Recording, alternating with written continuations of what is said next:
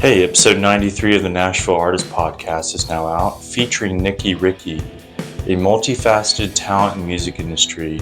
As a promoter, stage manager, merch manager, personal assistant, and DJ, Nicki embodies the essence of a true music business, hasher, dasher, slasher. She has collaborated with notable artists like Margo Price and Yellowcard. Nicki's journey began with her knack for selecting songs that resonated with others, often imagining music for commercials and movie scenes. A pivotal encounter with Patrick Clifford at Retrofit Records in Florida led her to Nashville. An insightful organizer and planner, Nicki expresses her creativity through event management. As she notes, "I didn't play an instrument growing up, but I did play business tycoon." Influenced by artists like Amy Winehouse and Led Zeppelin, Nicki emphasizes the need for continual growth, reminding artists that fame doesn't always equate to wealth. Ultimately, it's about genuine expression and staying true to oneself. Enjoy the podcast episode.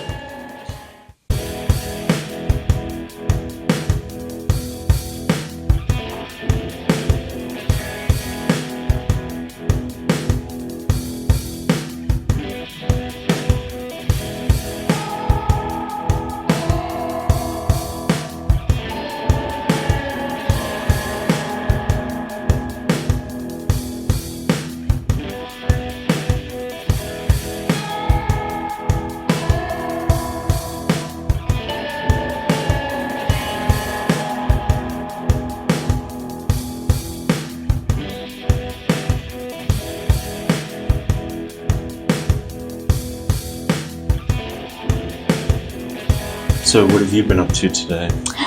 I started my morning with a crossword puzzle, which was awesome. Really? Yeah. Makes me feel smarter when I finish one.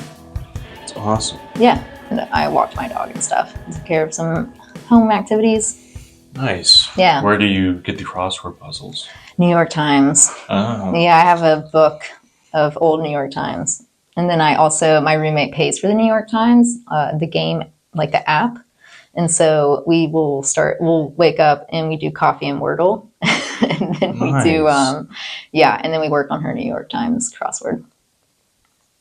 That's awesome. Or the book, yeah. Do you like to read a lot? I do like reading, but I just don't these days. I get way super distracted with other things like podcasts and audiobooks. Maybe it's just my attention span these days. I just can't. It's really hard for me to sit down and read. I do like the act of it. I just don't do it.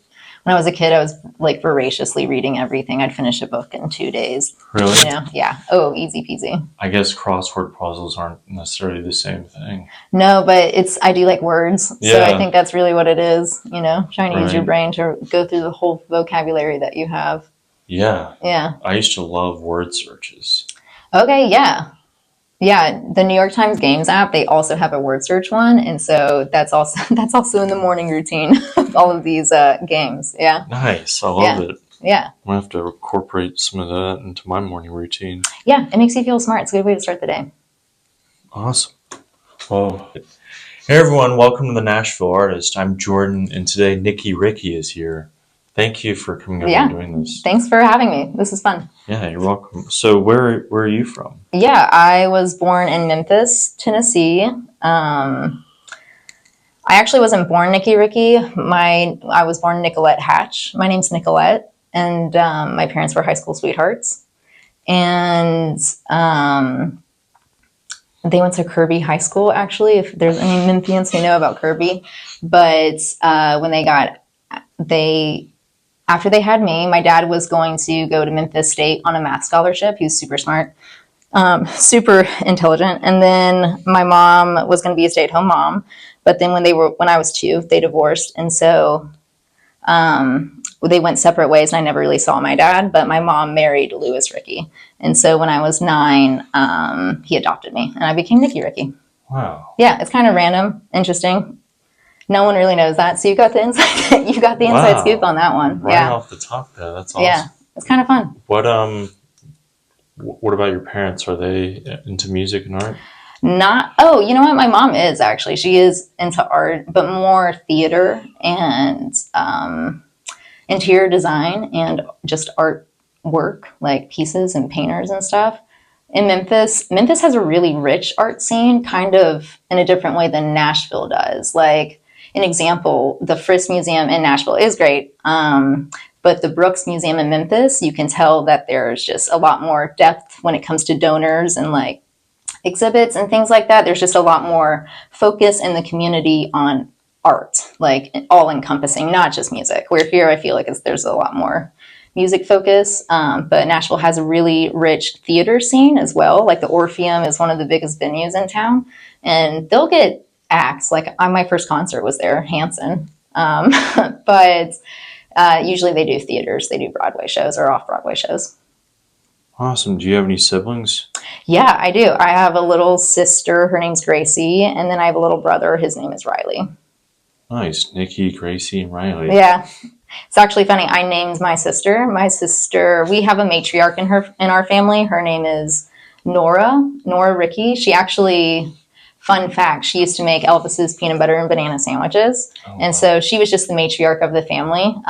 She like ran the family business. She cooked the thing. She kind of like ran the family.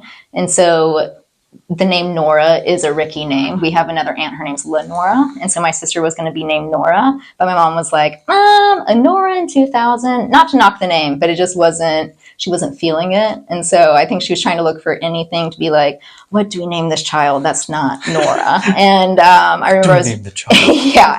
What do we name the child? And I was reading this book called Two Messy Friends. And one of the characters was named Gracie. And I was like, I like the name Gracie. And my mom's like, I like that name too. And so that started that trend of the E's. That's awesome. Yeah. Are they into art and music? I mean, they're into music, but we're kind of the Royal Tenenbaums. I'm the only really musical one in my family. I don't even play, but my sister is in law school, so she does the lawyer thing. And then my brother is actually a neuroscience research assistant at Johns Hopkins. Wow. Yeah, it's really insane. But he also was a professional gamer, like all through college. So he's just kind of doing his own thing.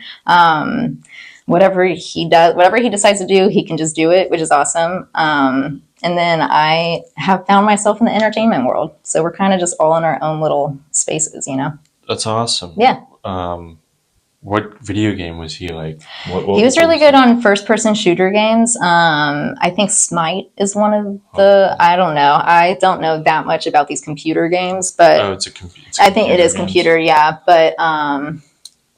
yeah, so I don't know about the computer game world, but how he got started is I convinced my mom. My mom would never let me have console, like video game console. She just knows I would get way too addicted. And yeah, good call on her part. She was probably right. But when we got one, my brother was like a young kid and we had Call of Duty. I purchased a Call of Duty game and I like the history aspect of Call of Duty. That seemed really fascinating to me. Like you get to be a World War I soldier going in the bunkers and stuff.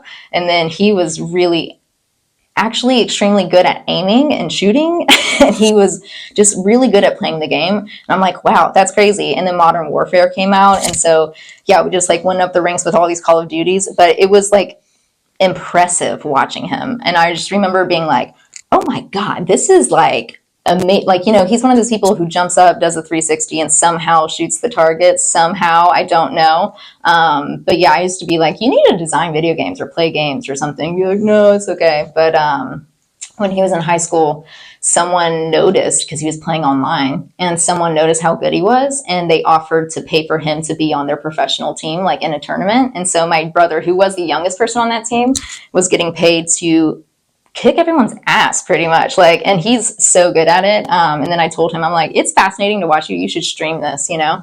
And so he started streaming and then he started a community. And so now he's like, he is a live streamer, like he games and he's got like 20,000 followers or something. And I think he does Smite, I'm not sure. But then his day job is a neuroscience research assistant. Dang, yeah, it's awesome. Really crazy. It's insane. He's got his own little underworld. Yeah. And I used to be like, dude, you can just like quit school now. Just be like, go all in on the streaming. And he was like, no, it's not going to last forever. And I'm like, I don't know, you're really good. And he's like, no, it's just for fun. And so here he is actually achieving insane real world goals. And then he's also doing his hobby goals, you know.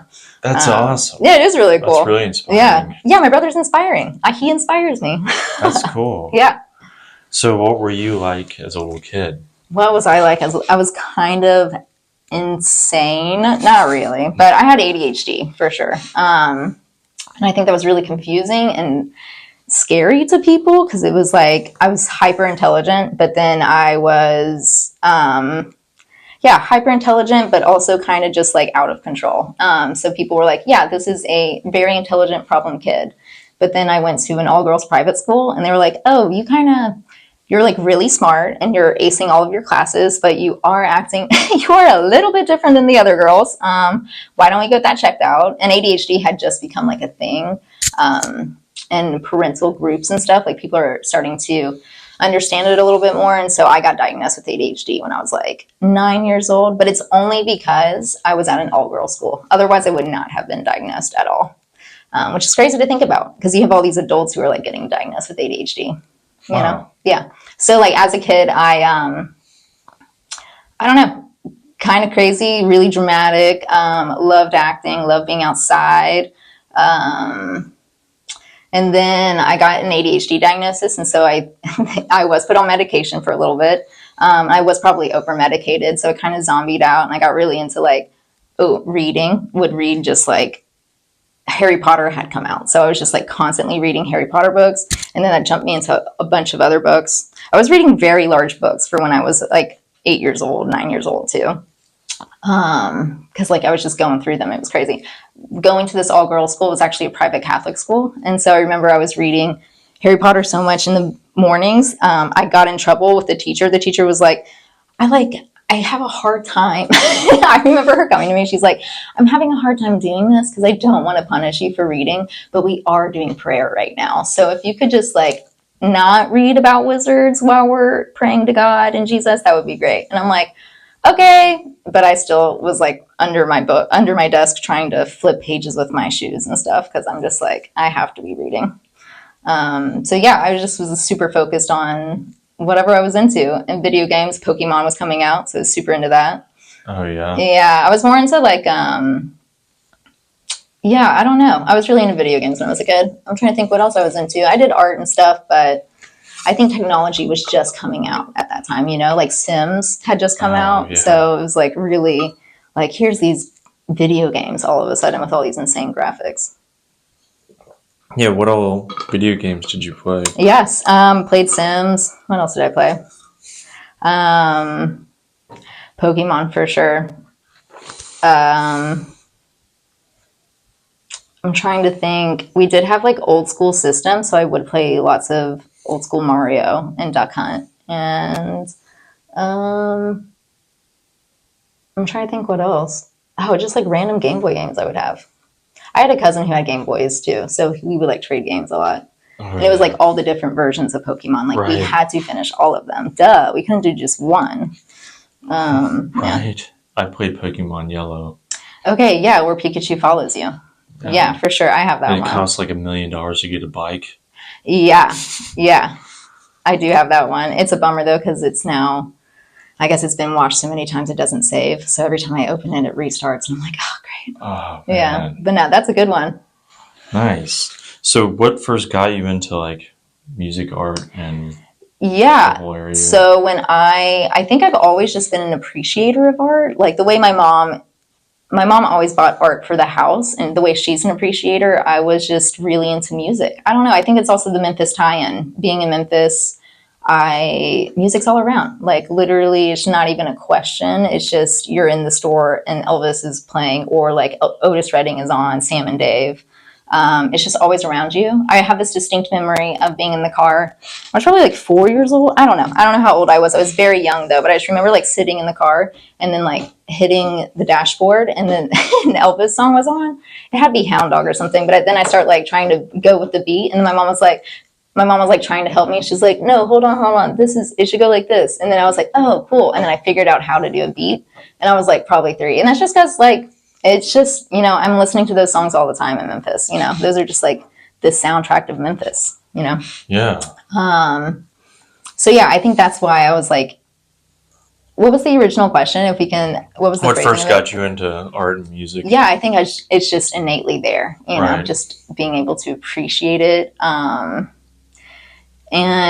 again, my family really wasn't like, they took me to my first concert. A friend took me to my first concert, which was Hanson, but I fell asleep during it. So technically what I consider my first concert was Britney Spears. And it was like front row seat at the Pyramid in Memphis. And I'm watching Britney Spears. And I was like so in love with Britney Spears at the time. Everyone was, though. It was like, oh my God, pop star. Christina Aguilera also came out. Pink, who is crazy. I'm about to go on tour with Pink. Or we're opening up for Pink. So that's kind of wild. Full circle moment. But yeah, dude, I remember when all those girls were coming out and I was like, oh my gosh, pop stars. Like, this is great. I feel like Britney was such a moment, though. Kind of took over everything. Backstreet Boys, NSYNC. So yeah, that was happening when I was a kid. And then Britney Spears was technically what I consider my first concert. And I was just like, wow, this is great. But I didn't really play instruments. I mean, I tried to play guitar. I joined the school band. We were encouraged to join the school jazz band, whether we played or not. And I was like, great, I want to play guitar. Because I remember there were no female guitar players. They were all dudes. Even the bass, if it was a string instrument, only guys were playing it. And I was like, oh, are girls not allowed to play? And they're like, no, girls can play. Just like all the girls are choosing clarinet or oboe or whatever. And I'm like, oh, okay, well, I want to do guitar because that's cool. And they were like, yeah, great, sign up. And so the music teacher was like really excited to have a girl. She was like, awesome. Can you play guitar? And I'm like, nope. And she's like, oh, okay, cool. And so, dude, this poor teacher who had to be in charge of 30, 40, however many other kids. And now she has this person who doesn't know how to play, this little girl who doesn't know how to play guitar, but she wants to play guitar. So she taught me she taught me how to play notes or how she would communicate a note to me. It wasn't like play A, play B, whatever. She would, it was fractions. Like it was like 5/4, which means fifth string, fourth fret or something like that. That's how she taught me. So I really did not learn. I learned how to kind of play by ear, but I think because I didn't have that foundation, I just wasn't interested in it. You know, like it wasn't interesting because I didn't get it. Like I was playing it, but I didn't understand it. So this is where I got way more into books and like video games. And, you know, I got those real quick. That wasn't even a question. But I'm still I still enjoyed music. I still wanted to be, you know, have that. I still wanted to be like an artist or a musician. I just it just seemed too hard. And I didn't really want to put the work into it because everything else seemed a lot easier or came easier to me, I guess. I understand. Yeah. And then like, sorry to jump years. How did I actually get into this? It's like a whole different thing, excuse me. So when I was 11 years old, my family moved to Florida and I had to step up like as a family member. And I just remember like thinking I have to choose what to do to go to school for. And I wanted to go to school for film. And I don't know why I was like seeking out all of this. I was writing scripts. I was recording things. I did video things a lot, which is funny to think about. That's kind of all I did when I was in high school. I just had a camera. And so I would film things and I would edit videos. And while that was happening, there was also a resurgence in vinyl. And I liked the aesthetic of vinyl. Like, I didn't really understand the science behind vinyl, but I just knew I was watching these movies, like Nick and Nora's Infinite Playlist. And I was like, oh my gosh, her room looks so cool. Like, those vinyl records are so sick. I want some vinyl for my room. But I didn't even know where to collect vinyl, you know, like, and I knew I didn't want some Goodwill classic old beat up copy to hang on my wall. I wanted like actual vinyl, but I also didn't really know anything beyond popular music also. When MySpace started coming out, that is when I realized like, oh, there's things that are not on the radio. Like there's things outside of Memphis. I think, what was the song? 99 Red Love Balloons. Oh yeah. Yeah. A friend was playing that song for me and I was like, this is fucking awesome. How come I've never heard this song before? And she's like, oh, I don't know. My parents showed it to me. And I'm like, how did you even get this? And so she showed me like, this is how you like find these songs. I don't know. She showed me how to find music online. And then she had a playlist on her MySpace. And I was like, I've never heard any of these songs before. These are so sick. Like it was just, I think she had some Simple Plan on there. I don't know. She had crazy stuff on there. And I remember thinking, oh, there's like way more music than what's being fed to us. I think that's when I first understood like, oh, this is just like a layer. Like there's layers. This is an onion, you know, there are layers to this onion. And I was like, okay, I want to find music. It became a game because I'm like, oh, great, I get to find music. And then I quickly learned that when I found music, I understood what sounded good and what didn't sound good. Then I like figured out, oh, I have an ear for this, you know, like I know my mom's going to like this, or I'm like, oh, my friend Haley would love this song. And so I'd like save that song and I give it to them. They're like, oh yeah, I do love this song. It's like, okay, yes, nailed it. Like I knew that they would, I knew that would happen.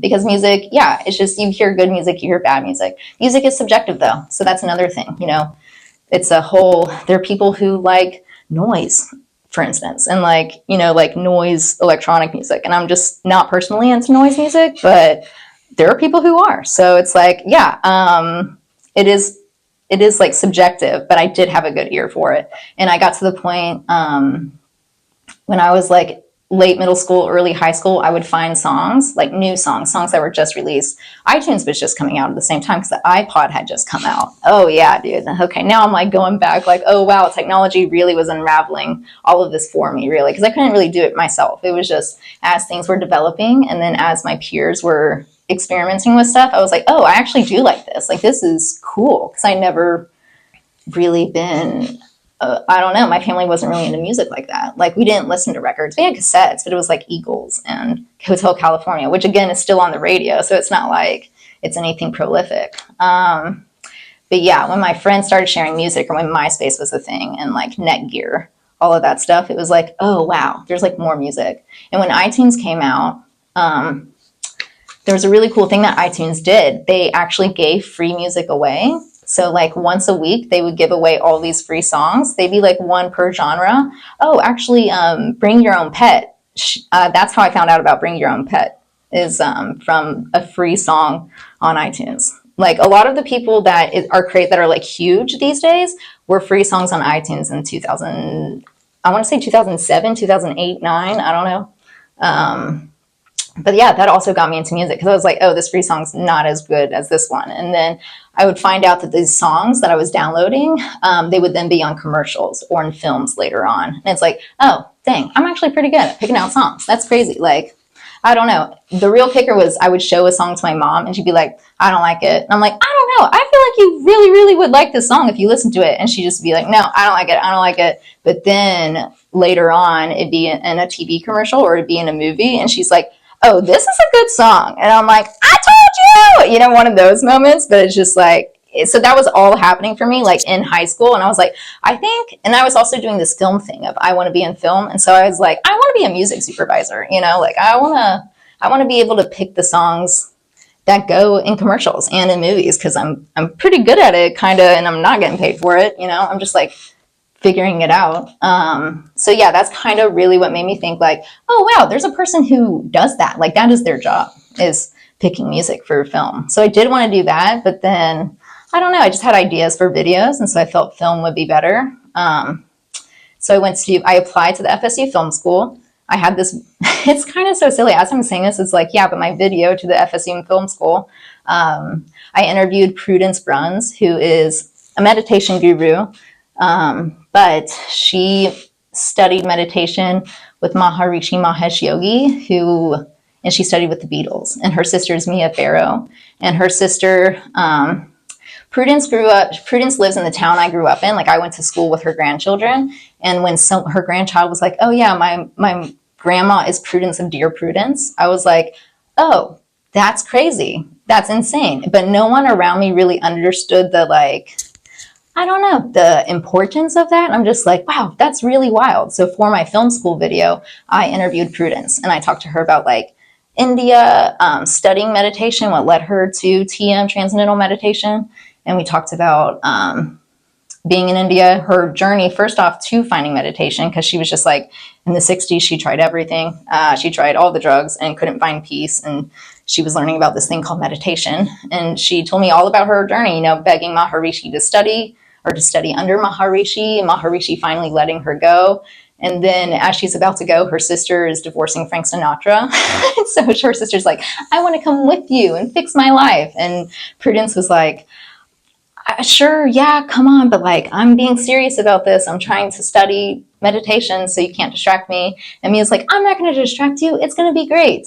But then Mia goes, and since Mia's with her, she now is put in a celebrity ashram, which an ashram is like a room, like a holy room, I guess, or like a meditative room where you stay. And because her sister decided to come with her, she got put in the celebrity ashram. And she's like, great, dude, there's all these pot smokers. Like, you know, pot was getting big. Everyone's tripping on acid. And she's like, I'm just trying to meditate. Like, everyone's doing all this craziness. But the only two other people who were very serious about it were John Lennon and George Harrison. And so, like, my video to get into film school was talking to Prudence about, like, all of that whole experience, like what TM means to her. And the FSU Film School was like, we love this. This is great. Literally, you are accepted. You are in.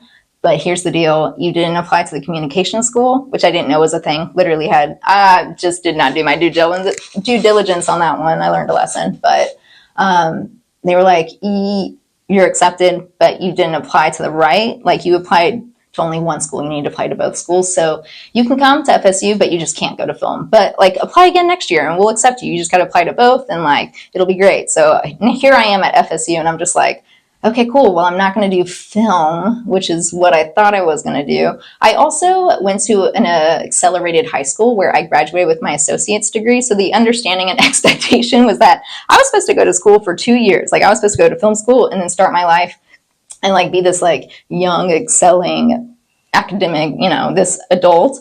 But I just hit a curveball because my 2 years turned to 4 years quickly because I, like, didn't know what I was going to do, you know. And then it's so funny. Yeah, I was just like, great, I don't know what I'm going to do. I'm going to go to shows, I guess. I'm just going to hang out at the record store. I got a job at a record store because I was still into music. And then my first semester at FSU, I started reading music blogs a lot because I just got distracted. And I was like, I don't know. FSU, I will talk about FSU for a second. They have a sick venue called Club Down Under. And if you're an FSU student, you get to go to shows at Club Down Under for free.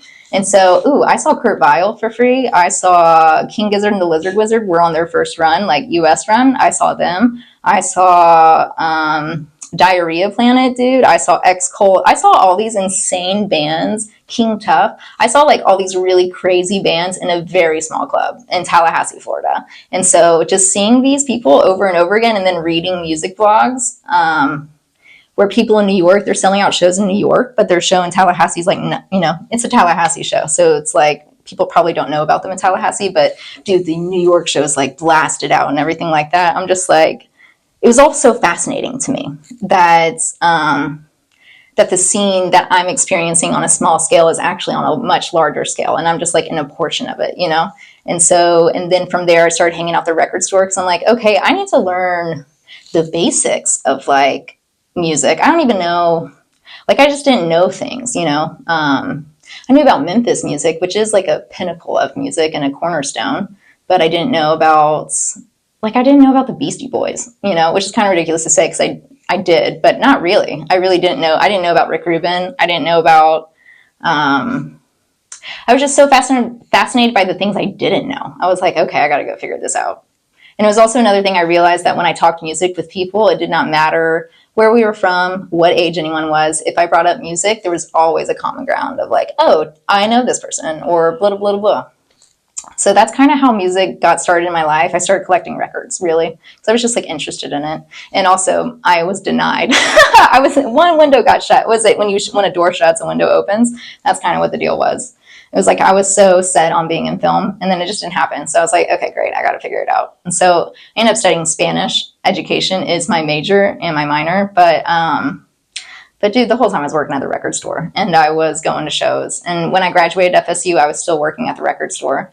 And this is how I moved to Nashville. I was working at the shop, graduated, have no idea what I'm going to do with my life. I'm just hanging out, really, at this point.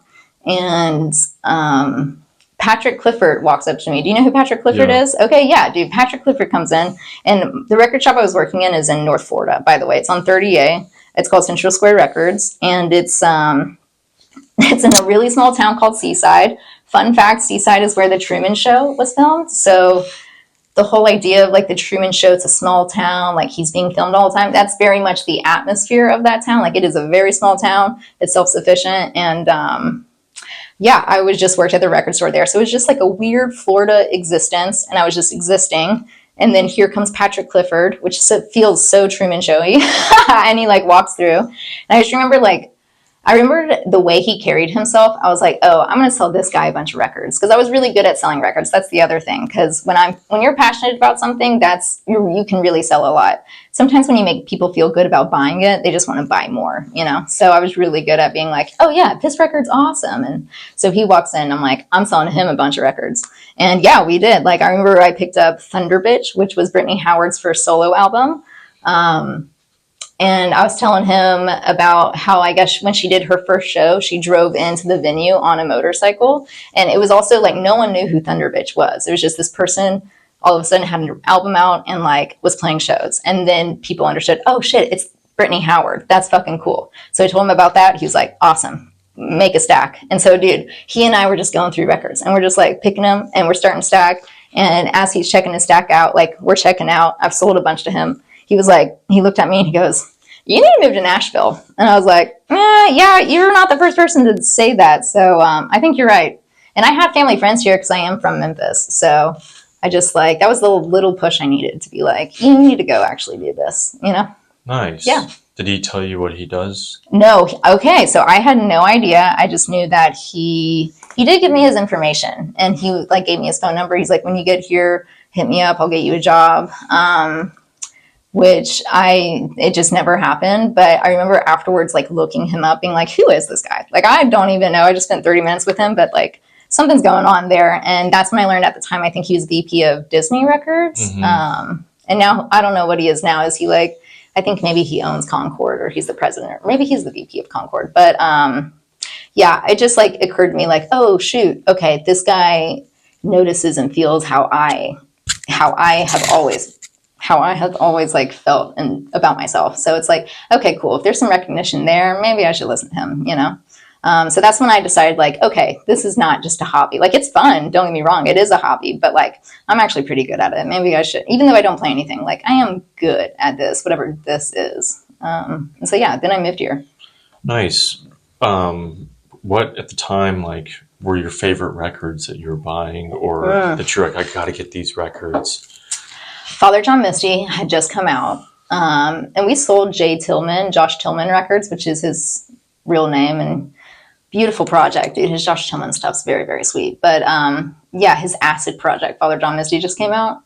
Shovels and Rope had just come out. So that was like a real big one, especially because we're in the Southeast.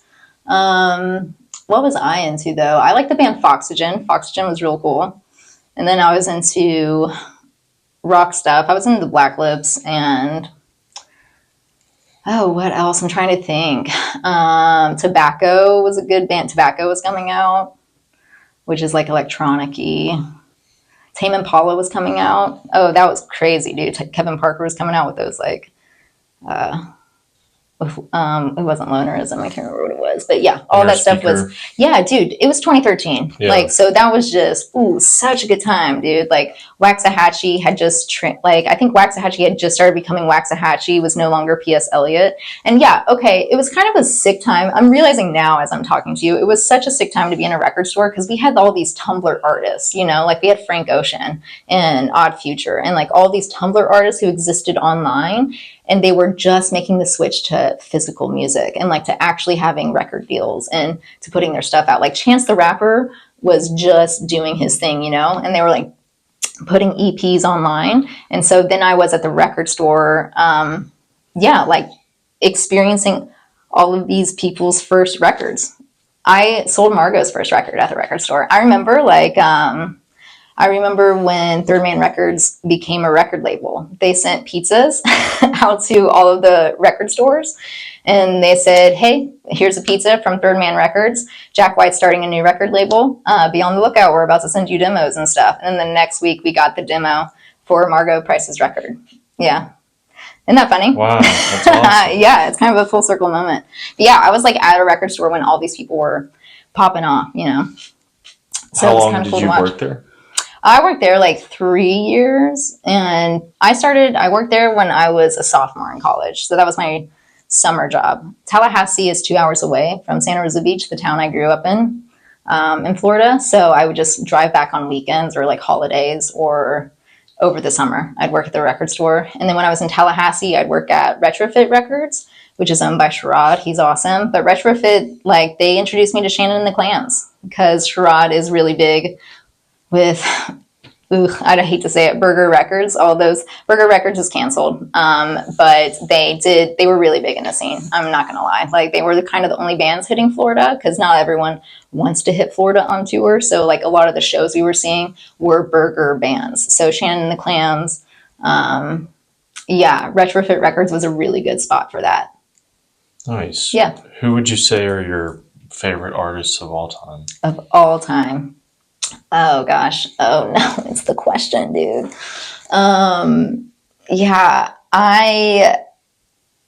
Okay. Vocalist wise, I love Amy Winehouse. I'm like, Amy is one of those, if I'm at a bar or if I'm somewhere and you put on Amy Winehouse, I'm like, I don't know. I have to stop a second. Because her voice is beautiful. And I remember all of that happening, you know. Who's another one that's really good? I'm trying to think. Do we want to go classics? I do like Led Zeppelin. I don't know what it is. That's just like a classic rock, you know. I'm going to think like popular kind of new artists or artists now. I really like Corey Brannon. I've been re-listening to Corey stuff. I sold a lot of his stuff when I was at the Central Square Records, and he's a Memphis artist actually, Corey. He's really good. Who else? Jillian Welsh. Oof. Yeah, that's a hard one. I can't name just one. And we're at 5. Well, yeah, no, I gotta name like all of artists, them. Oh my gosh. Not just one. I've been listening to Timber Timbre recently. Have you ever heard some? Oh, Timber Timbre is so good. They do the song Demon Host is a really good song. That was like 2013, 2014 maybe. But that's what I would recommend for that. Okay. But yeah. Sick. So, how would you say you're drawn to music and art? It just naturally happens. I don't know. It's like asking the question, why are you an artist? It's like, I am. It is the essence of it, you know? Yeah. Can you say your question again so I can think about the phrasing of it? Yeah, why are you drawn to music and art? Also promoting and DJing and all Why am I drawn? It's a form of expression. So I personally don't play instruments. I don't know how.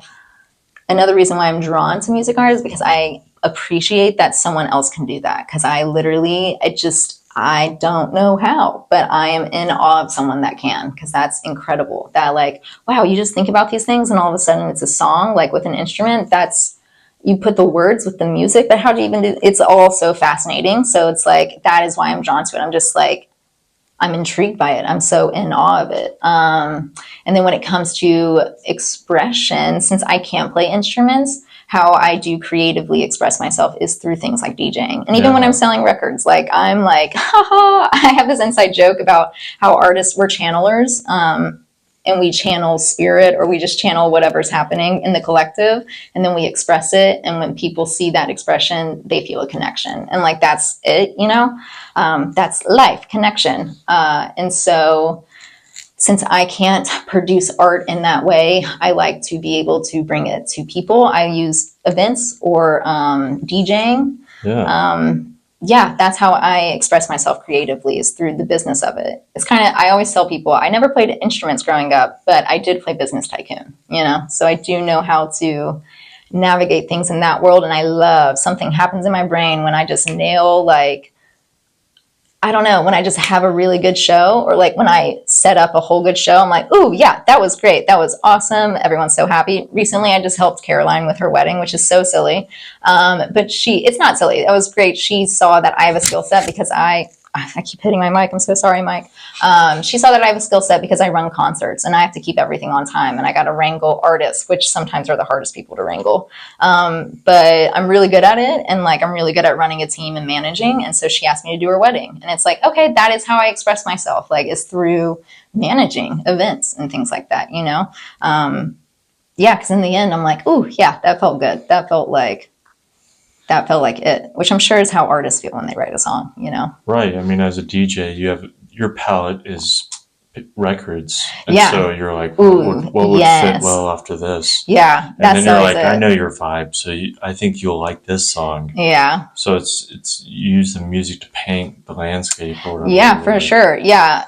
Yeah, when you're Or you're like, DJing Dukes. I know how you're feeling. You might like this. Yeah, that's DJing, and yeah, that's it. A lot of times when I'm DJing, it just comes to me. It's just like, ooh, I'm just like, ooh, the crowd's gonna love this song. And then I put it on. Yeah. When you're at Dukes and you see Brandy, like you just put on a random song and Brandy's like, oh yeah, she's dancing behind. You're like, ah, yes, that's it. I just did it. Give me my gold star. Right. Yeah.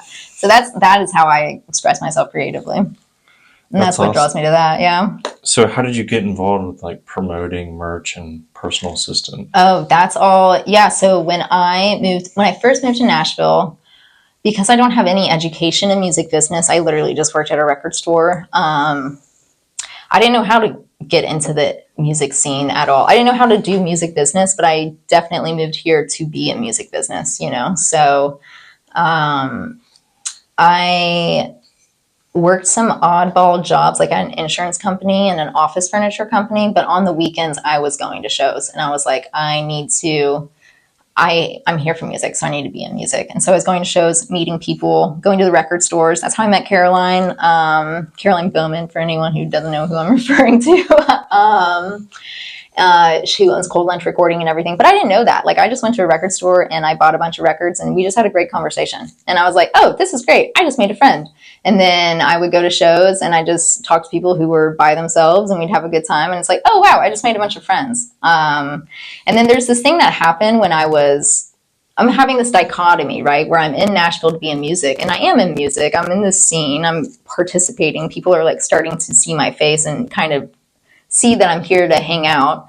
But I'm also doing these jobs that I don't like, and they're not paying me enough. And I'm like so depressed. And I was just like, something's got to give. And I had this moment of like, okay, I'm working in music. So I went to, I think I had a ticket to Phoebe Bridgers' Soccer Mommy. It was Valentine's Day at Mercy Lounge, like 2018 maybe.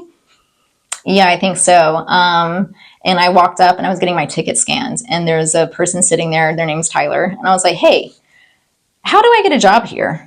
Or I was like, hey, how did you get your job here? And they looked at me and they're like, oh, I just sent an email and just sent them my resume. And I was like, oh, okay. And he's like, do you want to work? Like, do you want to work here? And I was like, I mean, yeah, like it would be cool to sell tickets on the weekends. And so he's like, yeah, here's my email. Gave me his email. He's like, send me your resume. And I was like, okay, cool. So I sent him my resume, but here's something I haven't really touched on. While I was going to school for music or for Spanish education, I was working at the record store, but I was also like, I volunteered at Bonnaroo. First music festival ever. Literally never been to any music festival ever. Had no idea what to expect. Nothing. And I just, I just jumped right in. And I'm like, I'm going to volunteer at Bonnaroo because I don't have money for a ticket, but I definitely have money to at least buy food and gas. So I went by myself. Had no idea. I had this moment, like this panic moment of like, oh my God, dude, there's like 20,000 people. Like there's 20,000 strangers here. And I don't know. It was just a moment of like, I just panicked. But I jumped in shark-infested waters, and it was actually fucking awesome. Like that was such a sick Bonnaroo. So I had all of these things, and I did arts hospitality at that Bonnaroo. Which Bonnaroo was it? Paul McCartney headline. So it had to be 2014. Yeah, I think so. Or okay, yeah, rock on. It was a great one. Holy, yeah, great first music festival. Yeah. And Paul McCartney was spiritual, dude. That was incredible. That was insane. Singing Blackbird, and he hit the stage. Yeah. And he was like 30 feet over the. Yeah. Dude, the 3 encores I think he did. Live and Let Die. All the fireworks. Oh my God, dude. So crazy. And I think he was saying that was his first time in Tennessee since the whole Bible burning thing where. So when John Lennon said that the Beatles were bigger than God, they were supposed to play the South, like a bunch of shows in the South. But Memphis at the time there was a lot of racial stuff going on. And they were like, they think they're bigger than God. They're going to learn a lesson. My aunts actually went to that concert only because someone in their class, like instead of their parents burning the tickets, because everyone was burning the tickets, they sold them to my aunts, and my aunts got to go to see the Beatles in What? Memphis. Yeah, but it was like a whole thing. And so I remember that show, Paul McCartney was like, this is my first time in Tennessee since all of that. And it's like, oh my God, this is crazy. Like, really, this is history. Yeah, no, for real. Like, yeah, insane. But anyway, so I did have these, and I also worked at house shows. So I would set up shows like, there's this DIY venue called the Shark Tank in Tallahassee.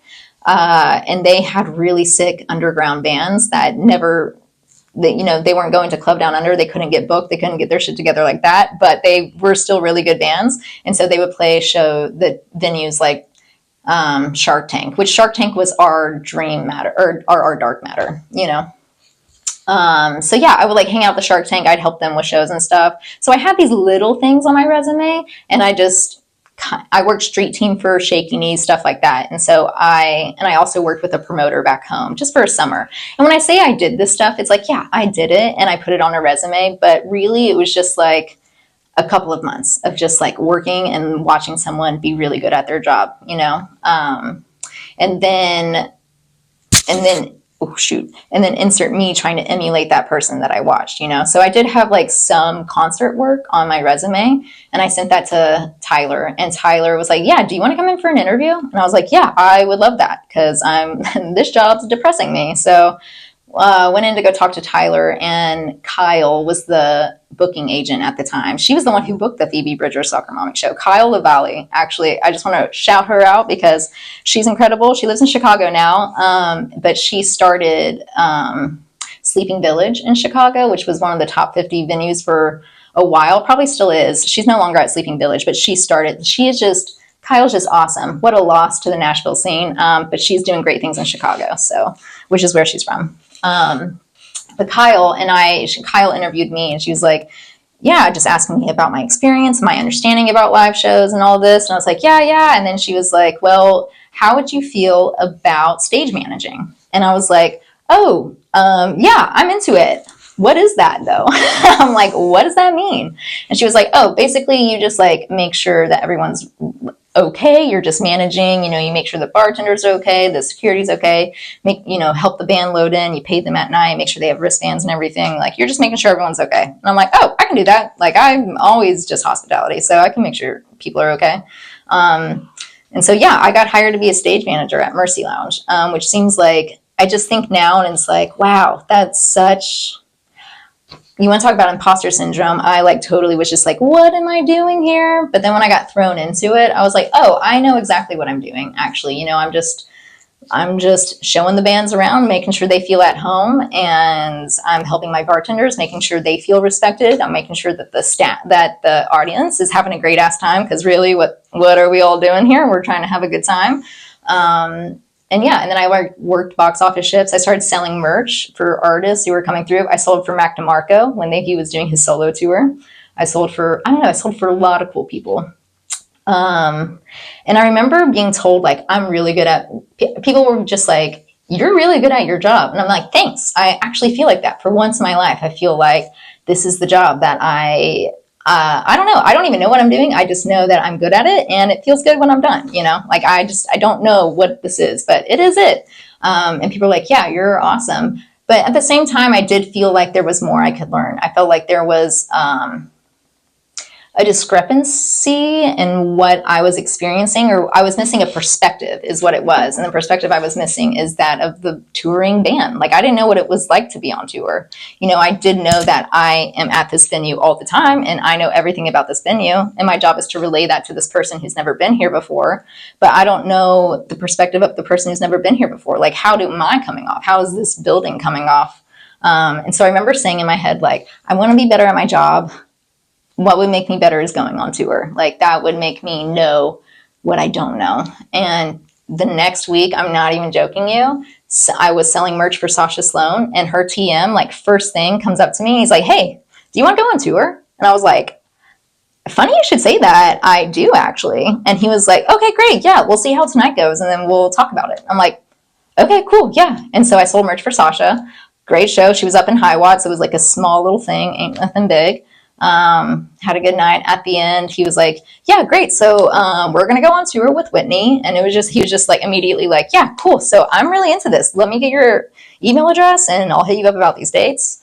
And that's how I ended up going on tour. I didn't go on that tour. It fell through, but he had another tour right after that one with Tessa Violet, who is a pop star. And that was my first tour. And then I like went on the road. And so it's really, my whole journey with music has not been like, I felt like I need to be this thing and be this person and do this thing. It's always just been me seeking out opportunities because I'm like, that's cool. That seems like, I think that's cool and I like that. So I'm going to check it out. And then I check it out and it's like, okay, cool. I want to see what else is happening over here. So that's how all of my opportunities have come to me.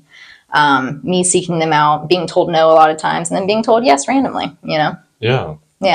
Who are all the artists that you've promoted? Who have I promoted? I have, when it comes to like shows and setting up shows, I'm trying to think. One of my first real cool shows was I did DJ Vinyl Ranch. Teddy and the Rough Riders opening up for Vinyl Ranch, and Country Westerns also opening up for Vinyl Ranch. Ticket sales didn't do great, but it was still a fun time. And it was like, okay, cool. I at least know what a good lineup looks like, And then who else? Recently, I just put on a show with, oh my gosh, Allison Young, who is a local artist, and she's also in a band called Bygones. But I recently had her on a bill, and I was just very excited about that because, that was an artist I wanted to book.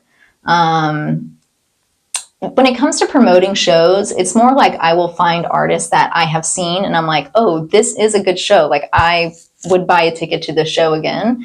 And then I also see, with this scene, there are so many pockets, and sometimes artists stay within their pocket, whether it's they don't want to venture outside of their pocket, or maybe they just don't know how, or maybe the people they're speaking with, they're just like in their little pocket. I love connecting pockets. Like, I love having someone from one genre or one scene now hanging out with someone from this genre and this scene.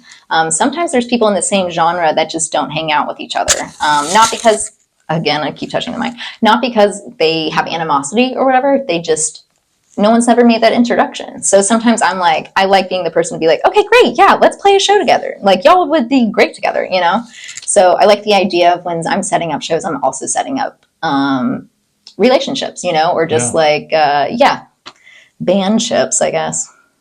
That's awesome. Yeah.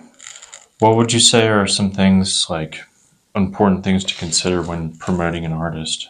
Are you talking in terms of like managing and stuff? Yeah, or like if you get the opportunity to work for them, or I guess even be a personal assistant to them, what? Yeah. Say the first part of your question again. I'm so sorry. What are some like important things to consider when promoting an artist? This is something I feel like I have understood, but maybe some people, especially in the business industry, don't understand. But an artist's vision is an artist's vision at the end of the day. And this whole industry is built on an artist and their vision. And sometimes I feel like people forget that, or they feel like, oh, but I know how I can make this better, or like, I'm good at this. For instance, I know when a song sounds good. So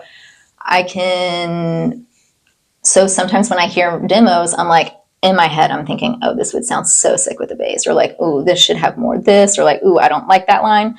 But at the end of the day, that doesn't matter, because it's like, it's not my vision, it's the artist's vision. And every time I say my opinion about what is the current project or something, I'm influencing the vision, which sometimes it's like, see, that's the thing. That's where you have to learn. Like, I think it's very human to want to influence things, or maybe it's not. But I personally, I do want to influence things, or I think I have a vision. So I want to put it out there and I want it to be received. But at the end of the day, the artist, that is their vision, and it's nothing, no one can change it. So it's like, you can really talk to an artist until you're blue in the face about like, but this would sound really good like this, or like, but we need to do this and blah, blah, blah. If you want money, you have to do this. It doesn't matter. Like that, it's their art. So you kind of have hands off, you kind of have no say in the matter, because they're the person channeling, they're the person creating, that's their expression.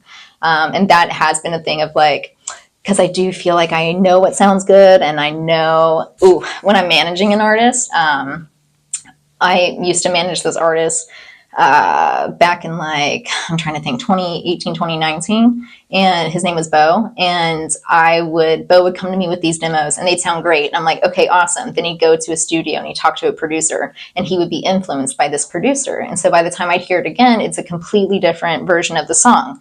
And I'm like, oh, but I personally did not see the song going that way. So it's like, oh, I would then talk to Bo like, hey, but did you consider maybe this and this and this? And then I've now influenced Bo. And so Bo is now stuck because he's got a producer saying one thing and then he's got his manager who he does care about saying one thing. And then at the end of the day, it's like, I just learned that it doesn't really, I just learned that it's more respectful for me to just respect his art. And if he asks for opinions, that is him asking and I can then give it to him. But you can't, it's really hard when you do the business thing with an artist because you're like, business wise, this is what's going to be good for you, But an artist doesn't really care about business, do they? They kind of just care about the expressing part of it and the art part of it. And so, yeah, that's one thing I've learned is that you just kind of, you can't influence. I mean, you can influence when they ask, but otherwise you just kind of have to be there. And you have to be a part of the process in that way, That's a very good point. I remember when Luke Schneider was on here. Cool, yeah. And he said, whenever you're hired or whatever, just know your place, do what you're told. Yeah. And then don't, chime in and be like, hey, we could do this. And, don't implant yourself in something you're not currently involved in because he's like, you might be shown the door. Yeah, that is true. That's a real thing because sometimes you are just a hired gun, for the most part. I've had to learn that. That's been a hard lesson. Know your role. Yeah, no, for real, because you are just you're just hired for a job, even when you have an opinion about it. Yeah. It's people don't really want that, do they? No. No. That's awesome. So what type of shows and events have you promoted? Yeah, I pretty much just do concerts. So I worked at Mercy Lounge for 2 years until the whole COVID thing. And then ever since then, I've kind of just been freelance. I stage manage Americana Fest, so that's Americana. And then when I work at Marathon as a production runner, a production runner is someone who runs and gets the hospitality food and gets the beer and stuff like that, and then sets it up. And then I am responsible for setting it up in the rooms. That's usually metal shows because Marathon does metal. So I've gotten to see, and I will say each genre does have its own business, its own different unique business rules. Metal, a show is set up a specific way. You have to have someone watching the rails because people are going to be moshing. So you need to have catchers. There are probably lots of straight edgers. So there's probably not going to be great bar sales in metal. That's something you have to learn. Yeah, I don't know, just things like that. So I work pretty much all shows. I work country shows. Country shows, I'm going to tell you, everyone's going to get drunk, immediately. Bar sales for country are out of this world, But then you also have to prepare for security on that side, because people are going to get rowdy. And you have to be aware of everyone and make sure everyone's safe and make sure there's water because, we're selling lots in bar. If we're having lots of bar sales, that means we're going to have lots of drunk people that need free water because they have spent all their money on alcohol. So, you just got to think about things like that when it comes to shows. But yeah, I do all shows. So it's been fun to see and learn, what each genre needs, I guess. Yeah. So what about personal assistant, being a personal assistant? Yeah. What are all the roles or what is that? Yeah, so being a personal assistant, first off, I think it's understanding how an artist's life is. It's always different per artist too, though. I'm trying to think. My friend Tessa, she's an artist, and I'm not going to say I'm her personal assistant, but I am her friend, and I do help her with things a lot of times. And so when it comes to assisting an artist / anyone, it's good to know what to anticipate, good behaviors and bad behaviors, and not judging the person for them, but understanding that they are a human. And however this behavior is, it's going to infect your job as a personal assistant. So, yeah, so I don't really know. I don't know. Personal assisting it's just different. It just depends on the person, really. How many different artists have you been a personal assistant for? Yeah, I've like PA. So I do like one-off gigs every once in a while. So I was a personal assistant for Margot Price. And I don't know, I occasionally still help out. So that's like a current thing still, I guess. I'm just not super, I don't go on tour with her or anything. Pretty much if like Margot leaves town, I help out a little bit. When Margot's not here, Nicki steps in or something like that. Because Margot's busy, dude. She's like she's an artist. She tours. She has all these things going on, and then she has a family life. And that's for any artist, dude. Every artist has the artist side, which is a business, and then they have their actual life. It's like a Hannah Montana situation, you know? Everyone's still Miley Cyrus at the end of the day. But they do have to be Hannah Montana because Hannah Montana pays the bills. So yeah, I'm trying to think who else have I been a personal assistant for. So that is like definitely personal assisting. I've been a PA for Yellow Card, but that's so random because they don't really tour. But they need help in Nashville occasionally, and so they'll call me just because it's just someone they know who works with artists. So I kind of know this shtick. And then who else? I'm trying to think who else have I PA'd for. I've been asked to PA for lots of people, but I kind of just say no now because I don't have it in my schedule. But I will get random requests from management companies and just people. They're like, hey, are you available to help with this? I'm like, yeah, I can do that. And so I just do it. I just do it. That's how the way I said that's like I just do it. There we go. Yeah. Yeah, I guess that's what that shtick is. Just helping artists. They only got two hands, you know, they can't be an octopus. So I'm the other six. What is one of the biggest things you've learned, like working with like being a personal assistant to someone? Biggest thing I've learned. Wow. I've learned this not just from being a personal assistant, just from being in the music business of everything, and seeing and working with artists at a very small level to a really big level. And one thing is like fame is a very scary thing to me. And if you're in it for fame, I'm going to suggest you turn around right now because fame should not be the desired outcome. I think like Chaperone is a really good example of someone who is now being met with all of this fame all of a sudden very quickly, and it's not natural. Like that is not natural to all of a sudden be known by everyone, you know? And I think a lot of people strive for that attention. Attention's, you know, artists are attention seekers. Some of them are. And so I think they're like, okay, cool. I'm going to do this. I'm going to work really hard. And the end goal is going to be fame. I'm going to have, everyone's going to know my name. That's it. That's what I want. But then it's like, oh, but you don't know the opposite. Like the other side of that is that fame does not mean you have money. Fame just means people know you. So like you can be famous and have $0. And it's like, it's nice to struggle when no one knows your name and when no one knows you. Well, no, it's like, that's not nice. It's not nice to struggle, period, but it's a little bit easier when no one knows you rather than when you're in the tabloids and you're like, people see you and they know immediately who you are and you're just trying to survive. So it's like fame is a really weird thing. Like as human beings, I do not think it's natural. I don't think we should strive for that.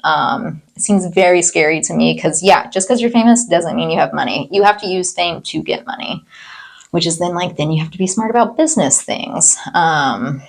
It's just a whole black hole kind of cycle. So if you're in it for fame, I would suggest find a different focus. It's not a good one. What do you think are the like best strategies for people who are famous to handle the fame? Yeah, Margot actually had an interview where she said to herself, like, and it's a good way to put it. If you can't, how'd she say? I'm trying to think. I'm not trying to mince her words or whatever, but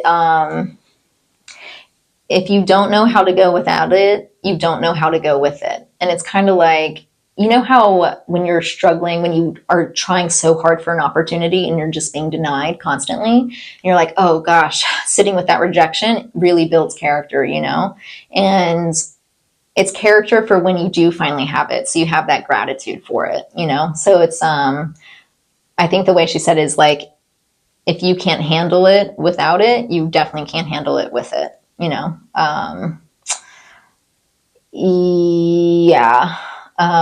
Say your question again. I am so sorry. My ADHD is awful. This is like one of the, like, how do people with fame handle fame? Like, what are some ways that they handle it? Yeah, I think you have to really, when you're rejected or when you're dealing with the not so good parts of not having your opportunities, really sitting with it and not letting it defeat you, but definitely letting it guide you. So taking your past, I want to say disillusions, but that's not the word.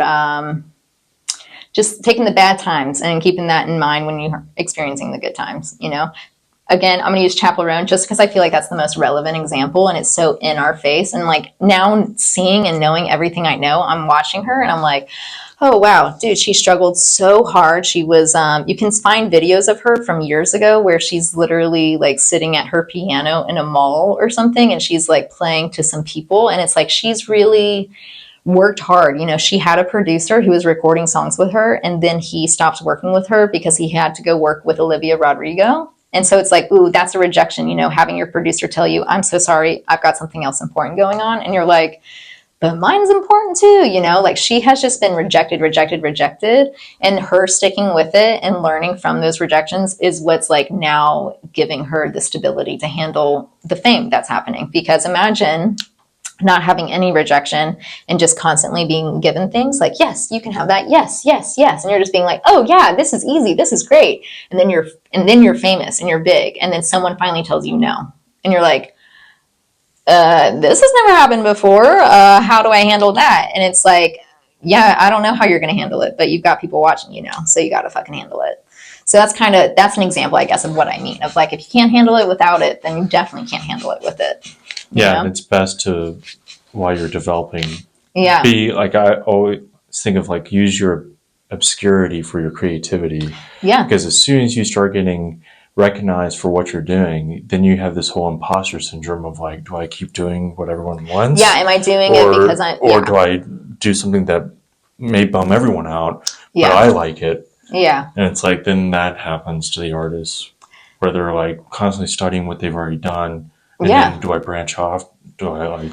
Dude, see, that's like another thing where I am having friends realize that they feel like, even me myself, I'm having this thing where I feel like I've met the pinnacle of my career, or I'm just realizing that I've made my career an actual career, which is wild. I was avoiding this feeling with everything else. It's why I didn't become a lawyer or a doctor like everyone else in my family. I was just like, if I chose those outlets, I would get bored and I would have wasted so many years of schooling and money. And I just know myself enough to know I could not stay in that. So here I am. I chose art, and here I am.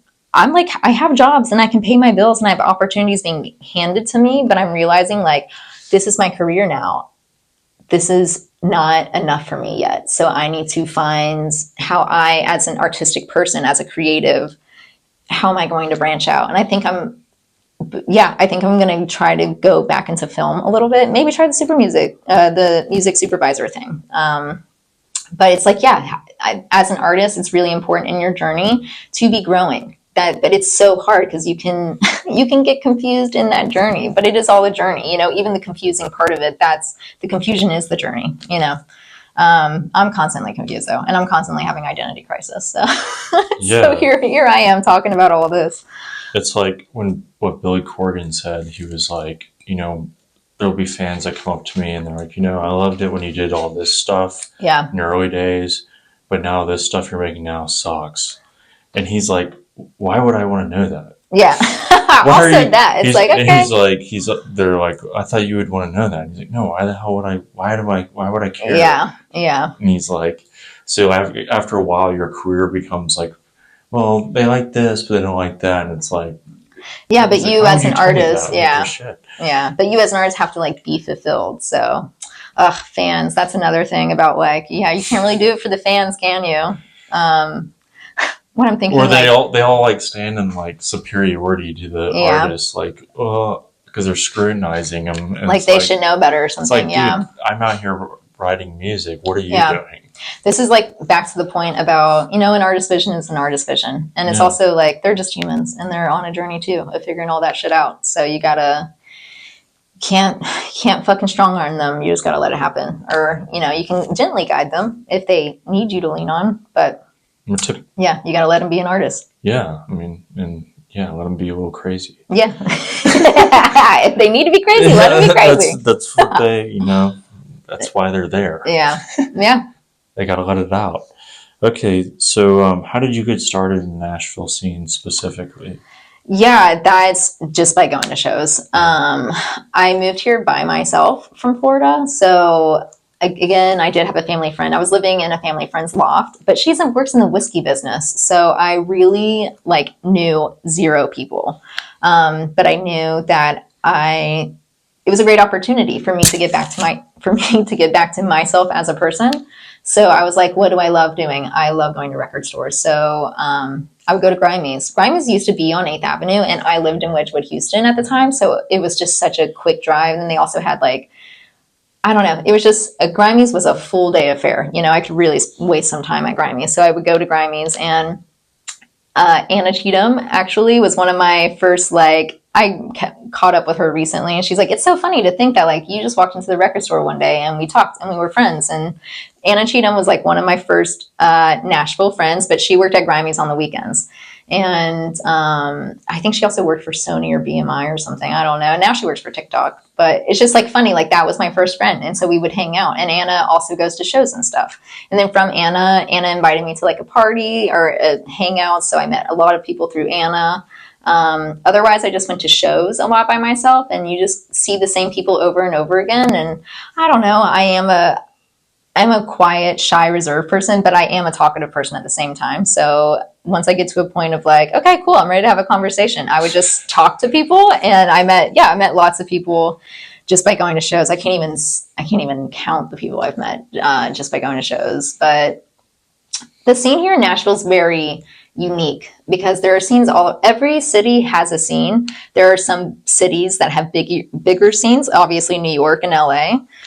But I one time heard this manager when I was working at Mercy Lounge. He was talking to someone, and he goes, all the scenes are totally different. But New York and LA, it's pretty much the artists think, oh, you're an artist that got that opportunity I wanted, go fuck yourself. But Nashville, if someone's like, oh, you're an artist that got the opportunity I wanted, shit, that's pretty fucking cool, dude. Can I play drums? You know what I mean? And it's oh, dude, that's such a perfect snapshot of Nashville. It's we are here just for music. And I've been to LA and done the music thing, and it's really, everyone's more worried about being perceived than they are about enjoying the show. Where here in Nashville, I think it's all just we're all just trying to have a good time. It's not really for some people, it's about being perceived. But when I go to a show in town, it's I'm trying to have a good time, Yeah. In New York, I think also that scene is very, it's just a hungry scene. Everyone wants it. Everyone wants it, whatever it is. And so it's just not as collaborative. The younger scenes are, the younger groups are. But Nashville, it's just all collab. Everyone's working with everyone, which is very unique in scenes because everyone kind of naturally, I don't know, it just doesn't, it gets envy or jealousness of someone else's opportunities. But not really in Nashville. Everyone's kind of embracing it because we all want the same thing, but it's we can't have the same thing. And I think there's an understanding. We're all fucking broke. We're all here just to have a good time and have a couple PBRs. And then shit, maybe we'll write a song about it afterwards. That's kind of the attitude with this scene. So I was just yeah, I'm going to fucking be a part of this scene. And so we're just going to shows, just hanging out, We all rise together. Yeah, no, really though. Yeah. I remember I also had a camera. I dusted off my old Canon. And I would go to shows and take photos of people. And so I met artists that way too. They'd say, hey, can you come take photos at the show? And it's not I knew I was bad as a photographer, so I was not asking for compensation, nothing other than a guest list, And so I just go and give free pics to people. Yeah, I don't know. Just being in the scene. But I think you and I also talked about moving to a town by yourself. It's how do you make friends when you don't know anyone all of a sudden? And it's kind of awkward to be an adult being hey, do you want to be my friend? But, but I think that's where we have a leg up in the music scene because we all fucking are into this shit. So we got something to talk about, We're all into the music scene, so it's easy Yeah, so it's easy to chat about. Guys. Yeah, we're all here at this show to watch this person. Let's talk about it. What's your favorite song? Yeah. Yeah. Yeah, I feel everyone here is very friendly and encouraging. Super. Like, I love it here. The people, even strangers, hey, I like your shirt, man. Yeah. You know, like everyone's like really friendly. Yeah. And so what would you say are some trends you're currently seeing in the Nashville music scene? Trends in the Nashville music scene. I don't know. I've noticed a lot of Berkeley kids are coming. Lots of little Berkeley groups popping up. I'm trying to think of a trend. All I see is that we are the destination. I do know that. Like when people come here, there is a trend of they are here to be in music, you know? So that's kind of fun to see. But I'm trying to think. There is a trend right now. I think this is due to the Olivia Barton, maybe Phoebe Bridgers, boy genius kind of movement. But there is a scene in Nashville where it's singer-songwriter, but like definitely queer. Oh, there's a sick queer scene in Nashville. I'm not going to say it's trendy because like queer scenes are valid and everything, but it's trending upwards. Like I will say people are coming here to be a part of the queer scene, which is sick. And for like the politics that are going on right now, that's really crazy to even think that queer artists would consider coming to Nashville. But we do have Olivia Barton, Hiko Rook, Olive Klug. They were here for a bit. We do have just like a really, again, hate calling it trending, but I'm saying that word in the sense of it is building and it is growing and it is trending in that way. And that's fun to see, you know, because some of our laws really suck and are not queer friendly. Right. But the art is. Yeah. Yeah. I'm trying to think other trends. I don't really know. Okay, cool. How do you think, like, since you've been here in Nashville, how do you think the music scene has evolved over the years? Yeah, the last question kind of touches on this. We definitely are a destination. So before, I think it was just people being here because it was cheap and they had a need to create art and they had a need to be a musician. So they came here. But now I do feel like people are coming here because they think moving to Nashville immediately equals success or Nashville immediately equals opportunities, which is not true. Like you don't just move to Nashville and start hanging out on Broadway and think, I'm going to get picked up. That's not it at all. You have to actually be a part of the community. You have to be a part of the scene. But I think people are coming here with the expectation of like, I'm just going to be my singer-songwriter self and write some good songs and people are immediately going to notice me. And that's not it at all. Going back to the point about how New York and LA is very much like, fuck you and your opportunity. Nashville is very much like, dude, good for you and your opportunity. But at the same time, we do all want the same opportunity. It's just there's a difference between professionals and hobbyist, I guess, or I don't know. I mean, you can go from hobbyist to professional. I went from hobbyist to professional, but there's like a mindset. There's a different mindset about it, you know? And I think the mindset is I did not expect, when I came here, I did not expect success. I knew that I had to work for it, you know, but I think people, they're being taught in school like, oh yeah, Nashville's popping out bands all the time. And so people are thinking, oh, I'm just going to go to Nashville, you know, but it's like, you have to fucking work in Nashville. Don't get it twisted, dude. It's not easy. But I think that's the difference of what I've seen. The indie scene is getting stronger. The venue situation, I wish would get a little bit better. It's just weird right now with the Live Nation promoter thing. It's kind of hard to be a venue, you know. Some cities are really cool. Like Atlanta is very awesome. Atlanta has this shtick where all the independent venues, like the Tabernacle, the Masquerade, Fox, I don't know if Fox Theater is, I don't know, all the independent venues, Bowery, they'll all put on shows against Live Nation. So they will book shows at each other's venues. That way they can price out Live Nation from the other venues. And so it is really cool that like a whole town has kind of teamed up against Live Nation. Like the promoters and the venues were all friends and they're like, okay. And they just, not that they were friends, but they were friendly competition, you know, it's like, that's good, healthy, friendly competition there. Cause everyone's doing it for the love of it. And then they realize, oh wait, Live Nation's taking all of the shows we're trying to book. And it's like Live Nation's able to give bigger guarantees and like is able to get these bands because they have more money. And so Atlanta realized that like, holy shit, if we don't do something, we're gonna all get pieced apart. And so Atlanta has like had a last stand against Live Nation. So they have kind of teamed up to book shows all around town together. So they are a promoter together, all the independent venues. But in Nashville, it's too late, unfortunately. Like, I just think it's just, there's business everywhere. Like agents are going to shows. So you can't do what Atlanta did because agents they have their skin in the game, you know? Like it's really hard to explain, but yeah, I wish the venue situation, I don't like how that has changed in Nashville. And I can't even put a word on it because it's like constantly evolving. But yeah, I don't like the commercialization of that. That kind of sucks. It used to be way independent, you know, like East Rim is a good example of an independent venue. Basement East used to be super independent. Now they work with Live Nation, but they are not owned by Live Nation, nothing. They work with them, but they are still an independent venue. But yeah, that's kind of a trend a change I don't like. I remember you brought up, like, when you messaged me, you're like, people are wondering where the ticket money's going. Yeah, see, this is like being a venue is hard. Yeah, tickets, all of that, Ticketmaster is just like in Live Nation, they're kind of ruining tickets and just live music in general, which is also hurting artists. And I'm like watching it happen. It's just hurting the whole industry. Musicians only make music when they are on tour, and even then usually they're losing money. So venues also lose money, but their whole shtick is they are a building and they have bartenders and they have bars and they have alcohol and they are bringing bands in. They're paying bands to come, whether they're paying them from ticket sales or if they're guaranteeing them like, hey, if you come, I'll pay you $1,000. And the band's like, okay, great, dude. They're like, I'll pay you $1,000 and some free beers. And the band's thinking, okay, great. That $1,000 will pay for gas to get there and the hotel room we can sleep in after. And maybe we'll have some money left over for other people. This is a very like random example.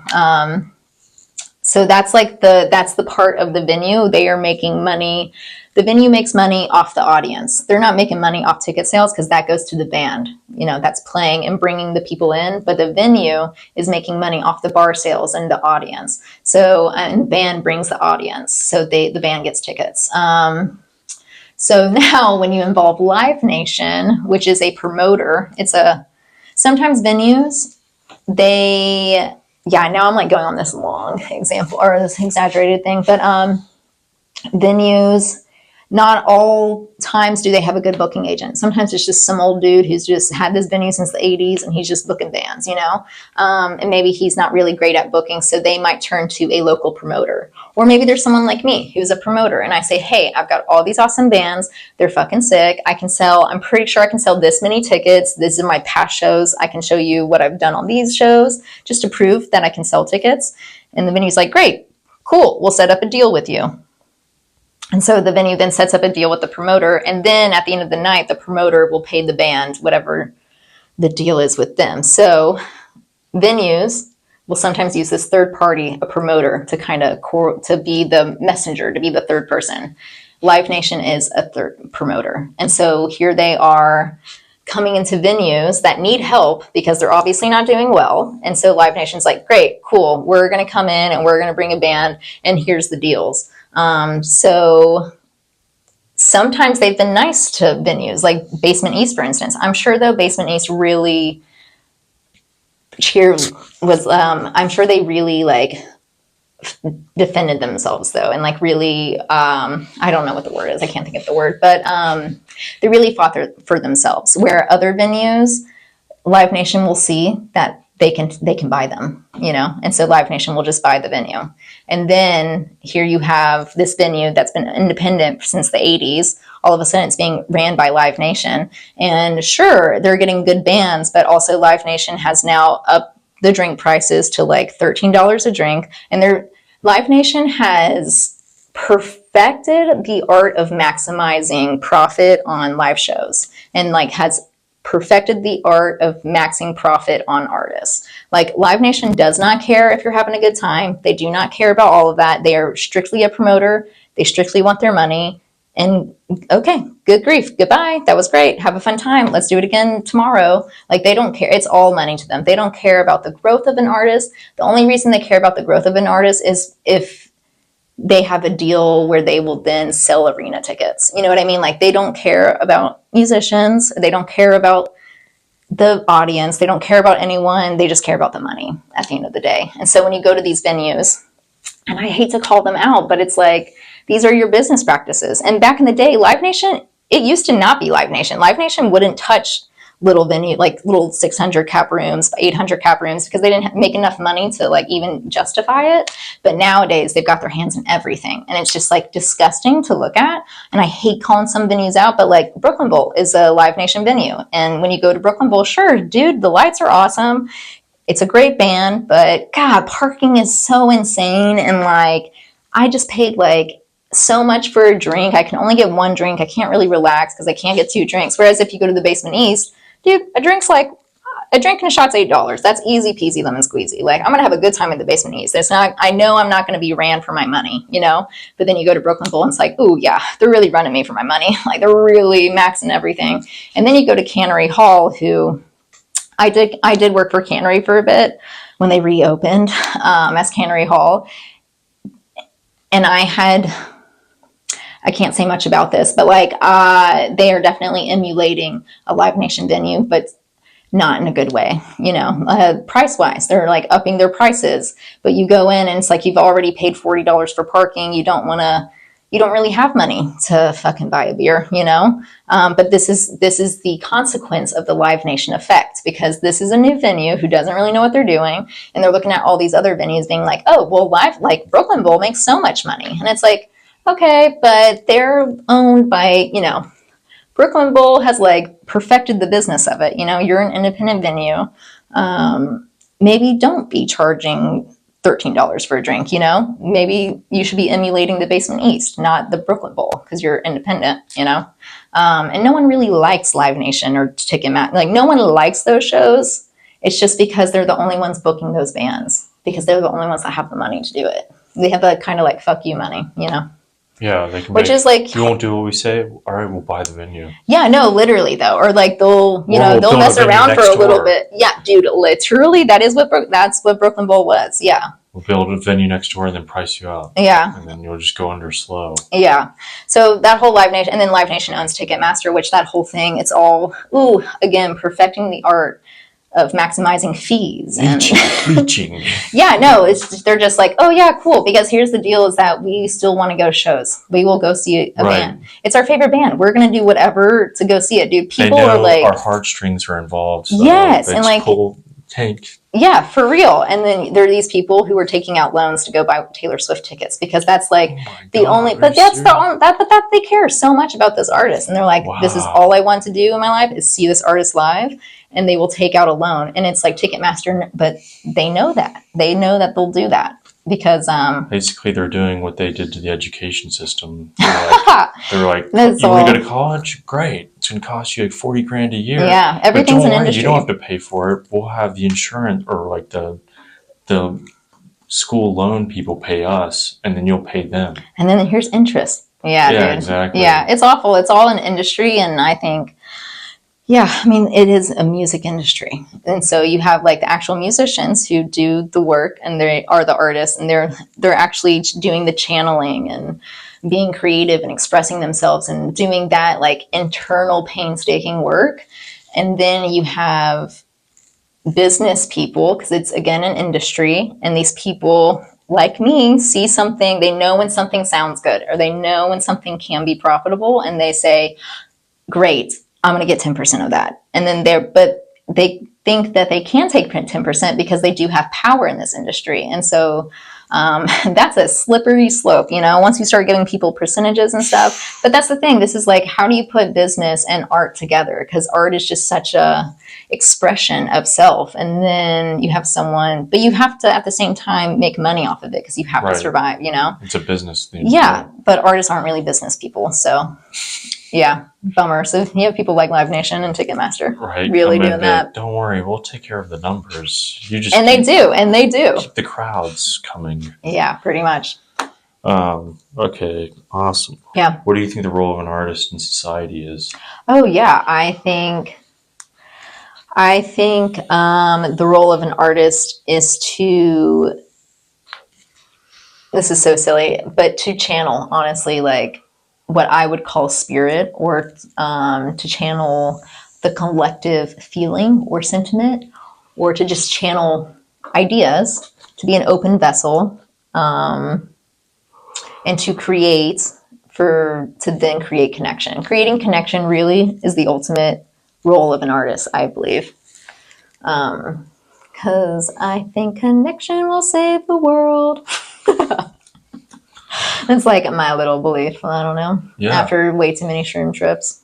Definitely. Yeah. And an artist role is important because like that is like the most pure form of connection. You know, looking at a piece of art with someone who you've never met them, they're from a different walk of life, and you two can be looking at something and admiring it and taking it in and think, oh wow, I feel affected by this. That's crazy. And that right there is connection, you know? Yeah. So if a band was starting, and given all the fact, like you've done merch, you've done personal assistant, you've been a promoter, a DJ, what like kind of ground rules or like advice would you give them about like, all right, you're going to want to buy this kind of shirt, blah, blah, blah, sell it, or like... Yeah. Are you talking about merch specifically, about making merch, money? or like, making the money. Yeah, like how to monetize this art. I think that's really the question everyone has, is like, how do you make money? I've figured out what my purpose is. How do I make money doing it? So you're not going to make money from streaming. I'm so sorry. You're probably not going to make money from record sales if you're a tiny band, because all of your money is going to go to producing or to creating the record, for pressing it, and it's going to be a while before you recoup those losses. So I would advise against pressing records. I advise against just banking on streaming, because it's not going to happen probably. Streaming is a tool though, so you do want to still promote yourself and like put yourself up for playlists and promote yourself in that way. When it comes to merch, the whole thing about merch is let's say it takes $10 to make a shirt. You're paying $10 to make the shirt, and then you're going on the road and you're selling it for $20 or $25. That way you have $15 extra profit, and that's immediately going to be going towards gas. And almost always, if you're on the road, or merch is just going to be a way for you to make money. And it's going to be a way for your fans to also feel super connected to you. So there's a double whammy right there, you know? It's a way for your fans to, first off, brag that they know about you. Like, oh my gosh, like, have you heard this band? They're so sick. I personally have just bought merch because it looks cool. I have this one shirt that says, your boyfriend fucking sucks. It's awesome. Everyone says that they love it. And it's from this rapper. It's not a lyric or anything. And I sold this shirt at Marathon. No, I was running a show at Marathon. I just saw it at the merch booth and I was like, this is awesome. I'm buying this. And while I was there, the guy came by and he was like, you buying that shirt? And I was like, yeah, it's awesome. And he was like, yeah, I know it is. I designed it. And I was like, okay, dude, yeah, you got something here. I was like, is it a lyric? Is it a party? He's like, no, I just thought it'd be a funny thing to put on a shirt. And dude, he sold out. He's like, yeah, we just got a shipment of these in because I sold out like early in the tour and couldn't repress any. So it's like, you know, sometimes just a good shirt is just a good shirt. But yeah, merch is a really good way like to create fans. And then also like, yeah, I wear that shirt all the time and it's got Joaquin's the rapper. It's got his logo on the back. So it's like, I'm wearing the front because of the front, but on the back, he's promoting himself, you know? So yeah, merch is a promoter. It's a fan interaction thing, fan builder, and it's a good way to make money. You know, Yeah. I'm trying to think. I think a shirt is a classic. Like, people expect a shirt to be for sale, but I would advise against crazy things like, I would say grind. I don't know. You got to look at the cost points of things. Posters are good because the cost of a poster, I think, is just like 50 cents or 25 cents, depending on the type of, like, this is a great poster. I was admiring it earlier. It's a great print. It's got great colors and everything. But this poster itself, like, this is an expensive poster. Like, I can already tell because the color's really good. So you probably pay, I don't know who you went through, but that's just like a nice poster. So let's say this poster cost you $3 to make, you could sell it for 30 and you're making like insane profit because it's just paper at the end of the day. Mm-hmm. Whereas a shirt, it's got fabric and everything. So the profit margin's not as high. But yeah, when you're considering things like, some bands are like, oh, I smoke lots of weed, we'll do papers. And it's like, okay, cool, great. I love that. I bought Eric Andre papers recently because I was working the Eric Andre show. And, but the thing about papers is like, what's your profit margin though? Like, how much does it cost to design and produce these things? And then how much are you going to charge for it? Because also you can just buy raw papers at a gas station for $3. So it's like, only real fans are going to buy this from you at the merch booth, you know? So you really have to think about things like that. Think about yourself as a fan. Like, if I saw this at the merch booth, would I buy this if it was this much money, you know? Yeah. Yeah. So when it comes to merch and things like that, that's what I recommend. I also recommend there's also, when we're talking about bigger artists, especially in the country world, sorry, I keep covering my mic, especially in the country world, because there's so much money in country.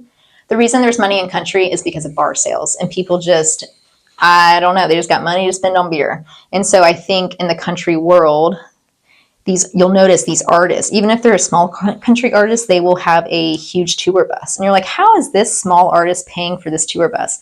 It's because they've got so much money behind them in sales and beer sales and stuff. They think that merch sales will follow. They think, okay, cool, I've got so much money, I'm going to put up 10 shirts, there's going to be 10 shirt designs, and that way people will just buy them. If I put a shirt up, it's going to be bought because people are just buying beers and stuff. But that's not how it works. Like, that's not how consumers think about clothes, because beers are like chug, chug, chug, and it's gone, you know? So you will buy more. But when it comes to clothes, people actually sit there and think about it. Like, it's an investment. It's going to sit there in their closet. How many times am I going to wear this shirt? Is it just going to be when I go to these concerts? Like, you know, people do consider all of this stuff. So I do see like lots of missed potential in country, for instance. And this is with like literally go to your next country show and you'll know exactly what I'm talking about. Or Americana show. It's very rampant in Americana. But too many shirts creates buyer paralysis, because buyers are like, there's so much going on. And then they're like, wait a second, I can't choose. And they're thinking like, which one do I choose? And then it occurs to them, oh, wait, I actually don't have to choose anything. And I don't really have the money to. I'm going to go buy a beer. That's usually what happens at a merch booth. So what I recommend to counteract that, find a real good shirt design that's like going to be your number one. If you need a second design for, let's say you're trying to get rid of some overstock or something like that, go for it. But really, I'd say minimize the amount of shirts you have for sale. Choose a good one, sell that shit out, and keep restocking it. Like, keep reprinting it. It just like makes sense in my mind. I don't know. Lots of people, they like are so worried about having options. Don't worry about the options. If you have something and you have fans, and if it's a good enough, like if it's, I'm not going to lie, if it doesn't look good, I don't want to say the word ugly, but if it's ugly and it just doesn't look good, people aren't going to buy it regardless. You know, that's when it's good to have what's considered a hard good, which is something which is like a keychain or papers, which again, it's like, really think about it if you're going to do something like that. I'm trying to think of a good hard good that's like a good guitar picks. I don't know the cost of a guitar pick. Maybe a lighter?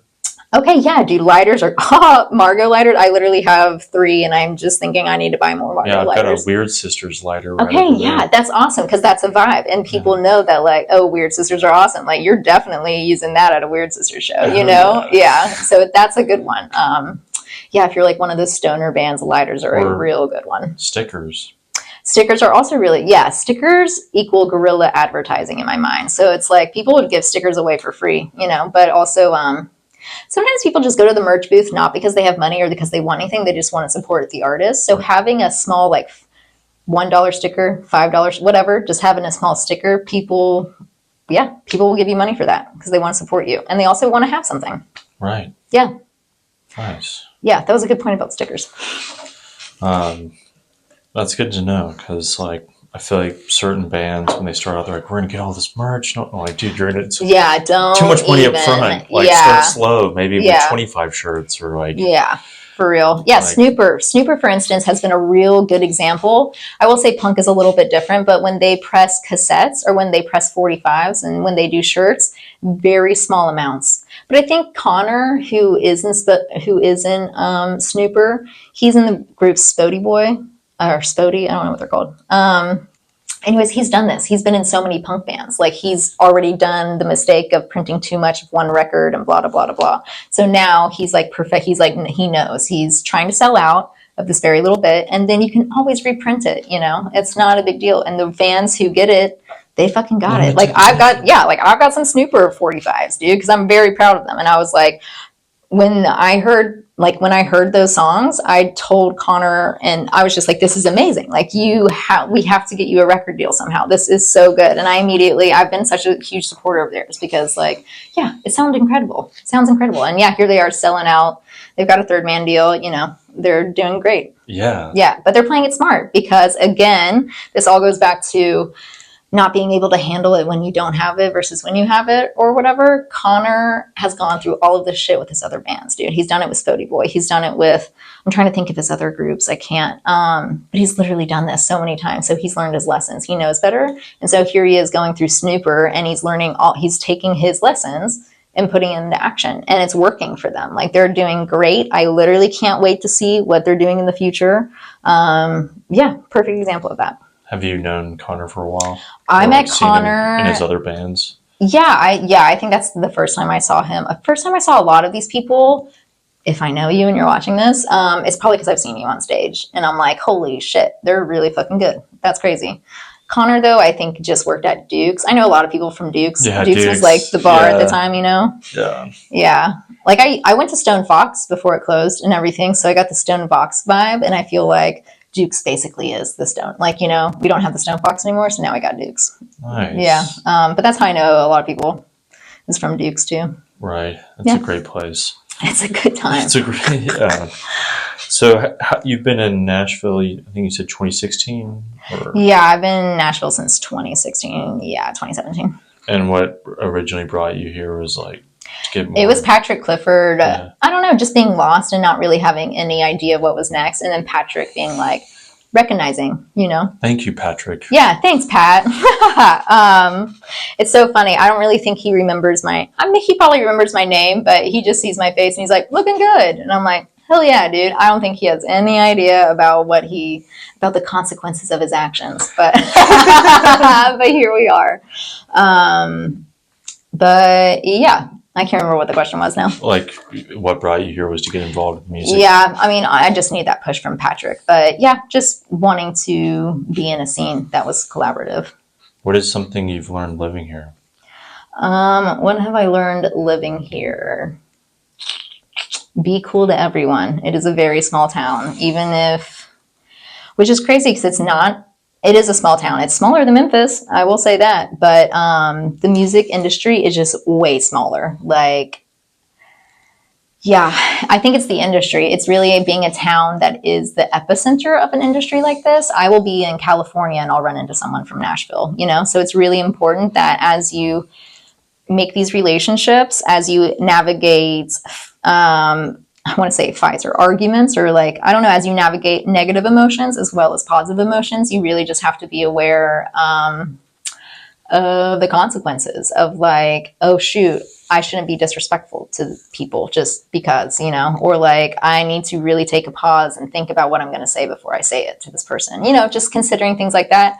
That's what I've learned in town. Of just like, whew, this is a really small town, you know, be cool to everyone. Yeah. It's all connected.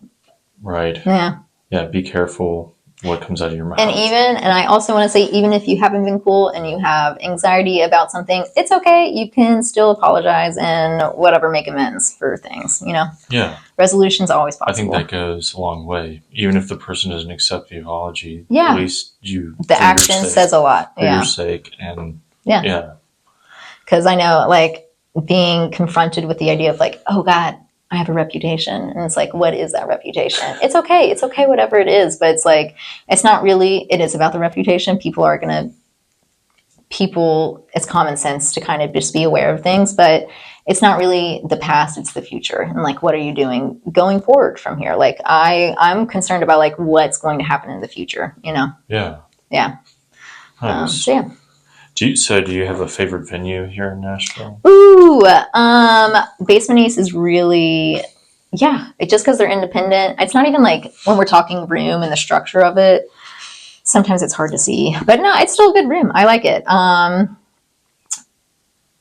Architectural wise, I really do like Brooklyn Bowl. I love, in my head, I have a running list of a dream venue because in my mind, one day I'm going to have a record store and a venue and all of it. And so Brooklyn Bowl, where they do have it right, they have the balcony. I love a good balcony. That's a good, because you can just kind of see it all. And it also gives you more capacity. And then their their light setup is really good. But AEG is opening up a venue in Wedgwood, Houston soon. I don't know what it's going to be called. You could probably Google and figure it out. But AEG is a promoter similar to Live Nation, but not as ruthless. I do love AEG.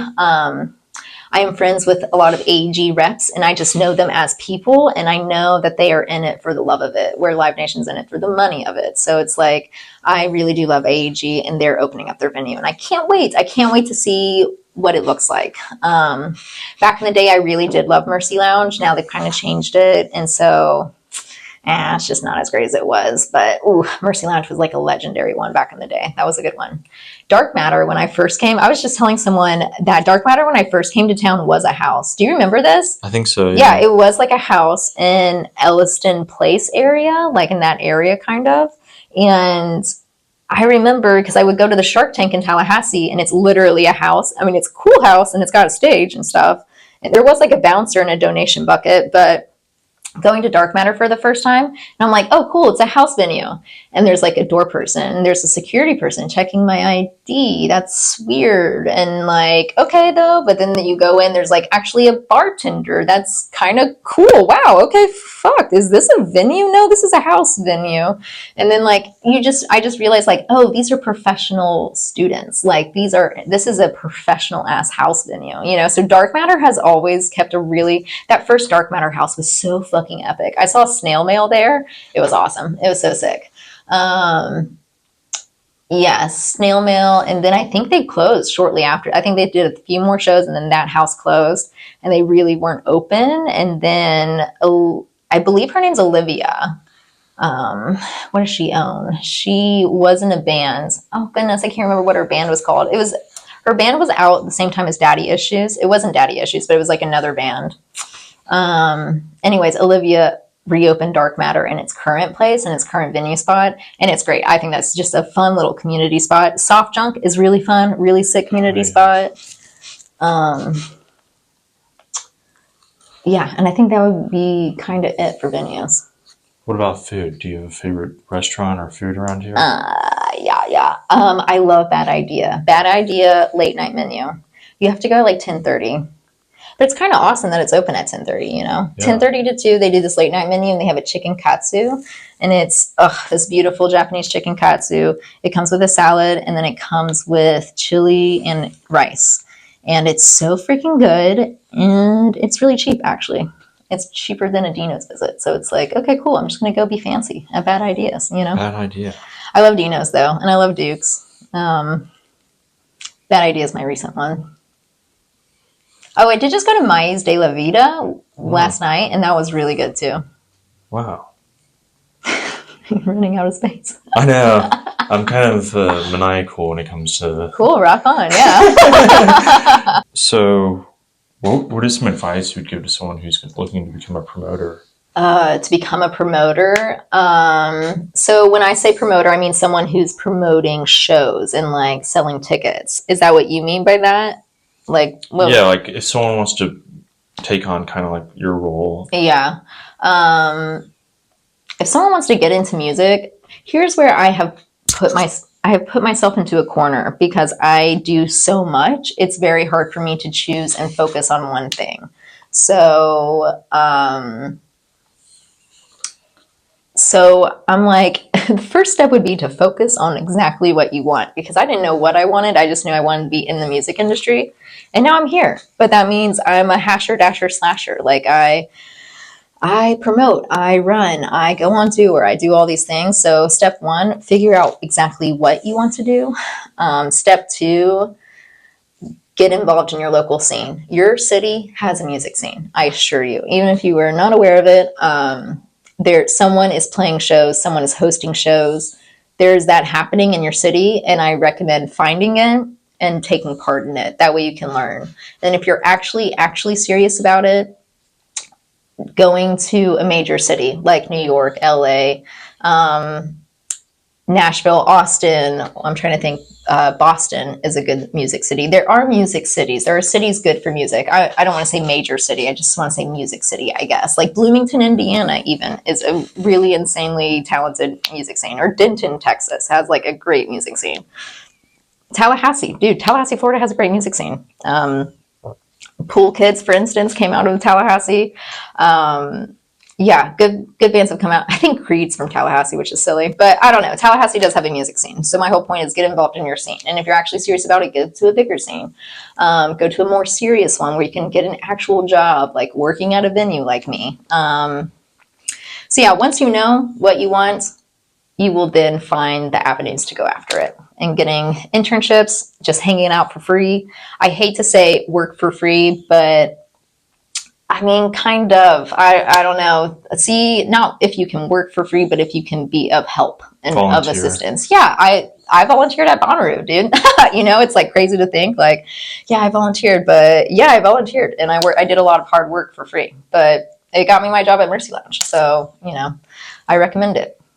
That's awesome. Yeah. The first year I went to Bonnaroo, I volunteered. Oh, what'd you do? I did clean vibes. Okay, so I did dude. post-show cleanup. Okay, rock on. So I I heard that they get good ground scores. Yeah, you get a lot of ground scores, and Yeah. it like extends your Bonnaroo vacation by like 2 days. Yeah, true that. And you're just like, everyone's still partying and hanging out. Yeah. But you're just like from like 8 a.m. until like 2 p.m. You're just like helping clean up the grounds. Yeah, just picking up things. Yeah. And Yeah. I remember I was like 17 when I did it. But Gosh, wow, had you been to Bonnaroo? But I said that I was 18. And Nice. I had just had wrist surgery, so my arm was in a Oh sling. my gosh. And I still went out there and like did what I could, dude. but Yeah. I was like, I'm getting to go for free. Yeah. And they even like the volunteer program was awesome. Okay, it was awesome. I don't know what year you went. That was 2010. Oh, dude, wow. Okay, cool. Yeah, like when I went the 2014, we got free showers and you get like free meal tokens. So it's not like you're getting paid, but other people have to pay for those things. So technically you are like, getting compensated fairly. Right. They would feed you in the morning before we would go out to the fields. Yeah, true that. Yeah. And then they would have like a staff party. Yep. And basically all food and everything. Yeah. So it was like a party. It's a good time, dude. Being a volunteer at a music festival is a good time. Right. Okay. What is some advice you give to artists that you promote? Like you've talked about like, oh, I wanted to chime in here, like, but yeah, like artists that I work with. Like if someone's like, will you give me advice? And you're like, finally, I can tell them what I think. Yeah. What is it usually that you think? My advice is so specific, like depending on the situation. If I could just give general advice, it would be to have a plan and don't expect success. Because what I am learning personally, even when I'm selling merch or when I'm dealing with business people, managers, what I'm learning is the top of the class, the people who are making lots of money and are making real big buku, making opportunities for themselves, they have a plan together and they are organized and they take care of their things. There's some follow through, there's accountability, which is like business people nail that, but a lot of that stuff is going to be work for an artist. So if you are an artist, all I can say is to plan and to be thorough and to obviously have fun and all of that. But yeah, before you don't just put out a single, like actually think about it. What's the ultimate goal? Are you going to do an EP? Is this for an album? What's the release after the single? Because there has to be a follow up, so just planning it. Don't just expect like, oh, it's good, I'm going to put it out. Yeah, it's like you also have to think who else is putting stuff out that week, not that you're going to know that, but it's like, you got to think about the atmosphere of it all. Wow. So just think about it before you do it. Just think before you do. Yeah, plan everything. That's good. Have like a calendar, like monthly or yearly. Oh yeah, see, that's great. Having goals, like concrete goals, and writing it down. I mean, at the end of the day, that's what a manager is. A manager manages you. So if you don't have money for a manager, or you don't think you need a manager, or whatever, okay, you can do manager stuff yourself. You just You have to plan and sit down and actually do it and have follow through and do it every single day. That's where artists, they're like, I would just rather make art every single day and pay someone else to do that. Valid, totally valid. But you're going to be paying someone like 20% or 25%, you know? Yeah. Yeah. Yeah, exactly. Because you're helping them map out their goals. Yeah, they that's might the thing. not know how to. What they want is Yeah. like playing on a stage, lots of crowd. Yeah, but they think don't. big picture. But behind the scenes, they don't know specifically what goals to hit Yeah. in order to make that a reality. Yeah, it's like a bio, for instance. Some artists don't even understand like an EPK, like an electronic press kit. Like you have to have a bio for your band, so people know how to talk about you and how you talk about yourself. You know. You know what I mean? Like when you're getting booked at places, you can't just say, well, you can around this town because you might know the person. You're like, hey, I'm this person. I played with these bands. Can I play your venue? And they're like, sure. What are the other bands you're playing with? But that doesn't work like on the national scale. You have to have an EPK or like you have to have promotional materials in a bio that's like, it's on Apple. It's on everything. It's very concrete. When people search your name, this is the bio they get. Another point to all of this, the planning stuff, is even just as a human being, we're always being perceived all the time, you know? And I think when you're an artist, it's important to consider how you're going to be perceived. I one time worked with this artist who, he's like, I don't care. I just want to put it out. He's like, I would ask him questions like, hey, how would you do this? Or what's your thought on this? And he'd say, I don't care. I don't care. He's like, I'm going to let the people decide what it is. I'm like, okay, well, hold on a second, because, yeah, the people are going to decide regardless if you want them to decide or not. They're going to perceive you. But this is where you have control over being perceived. Like, we should have a game plan, because if you just put it out, there is no control. Like, we can't control the perception after that. But if we work on it beforehand and we think, like, how are we going to be perceived? Like, how are we going to set this project up? We do have some control on the front end of that perception from fans. Lana Del Rey, for instance, and I love Lana Del Rey. I've even been a fan, like, I remember her getting shat on her SNL debut, and I remember thinking, like, why is everyone shitting on her? And then she was just excelling in England. But she said recently, she announced that she was going to do, God, poor baby girl. She announced that she was going to do a country album.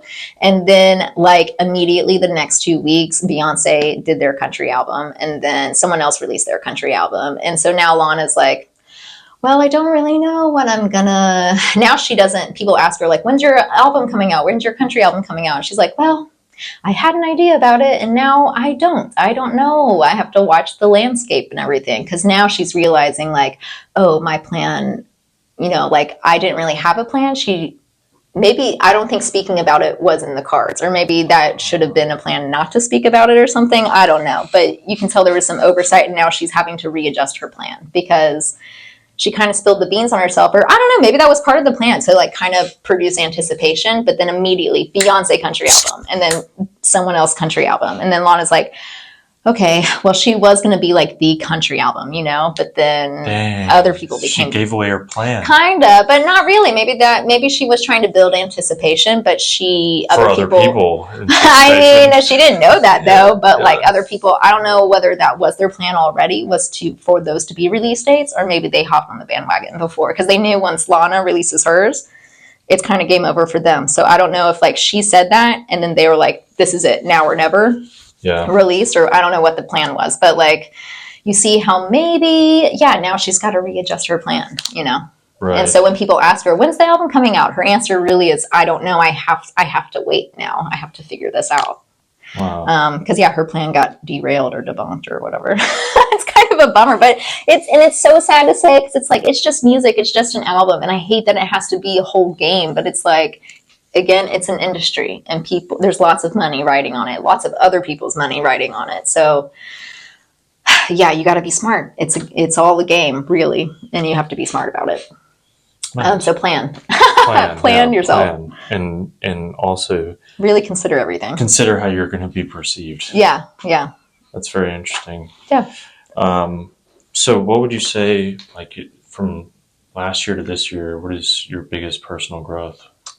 Biggest personal growth. I I am at this point now where I want to start expressing myself creatively. Where before, when I expressed myself, it was through DJing or using someone else's stuff and remixing it, or seeing artists who need help and like helping them. That's how I express myself creatively. But I think this year, like not this year, it's about to be over, but next year, I want to be a creator. Like I want to actually be an artist. I consider myself an artist already because my brain works this way, but I don't produce art. You know, I don't produce songs or a medium, but I do want to do that this year. So I've been writing a lot. I do feel like I want to get into film, maybe into the music supervision spot. Maybe I'll start as a PA in film. I don't know. But yeah, those are my goals. First off, to create myself, create work by myself, and then to also be in film, I think, a little bit more. Nice. Yeah, I love music, but it's time for me to grow a little bit, you know? Yeah. Film, I'm not super familiar with the Nashville film scene, but I don't really think there is one here. I think there's some opportunities coming this way. yeah, I would like to see that part of the community. That would be sick. I'm thinking Atlanta might have more opportunities, Probably. but I do know I meet LA people all the time who are moving here, and they're like asking me for television jobs, and I'm like, I can't help you with television. I can help you with music. Like if you want to go on tour, I can help you, but it's just interesting to see that LA people are coming here for production, but we don't really have production. So I don't know how that's going to work out, but here I am. I'm like, maybe I can join them. Who knows? Right. I don't know. I'll let you know once I figure it out. I'll let you know where the opportunities are. Since you've been on tour with artists, like what would you say to someone who's about to go on tour and has never been on tour? Be hyper aware of yourself and your place in your surroundings. Because you're sharing, it's like having roommates. Like you are on a bus, a very small enclosed space, or if you're in a van, you are in a small space with someone for long periods of time. So be mindful of how you use your space. Just be a good roommate.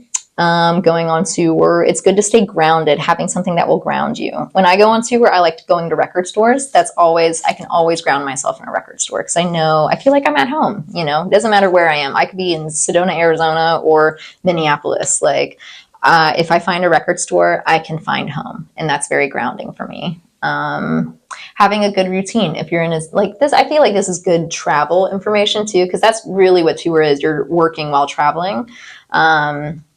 But you can miss things a lot. I'm really good on tour for about 3 months, and then I really start missing home. Like something about, I like walking into a bar and having everyone know my name, you know, because that feels like home to me. It's like, oh, wow, I'm home. People like, I'm welcomed here, you know? And you don't really get that when you're on the road because you just walk into a bar and you're just the newbie for the night, you know, and like no one knows you and everyone's asking, what's your name and stuff. And it's like, I don't know. It's just like, it's a different vibe than when you're going back to your home bar. So yeah, I'm good for like 3 months on the road. And then I start really missing home. I start missing the counter I put my toothbrush on, you know, It's like, yeah, it's just a weird feeling.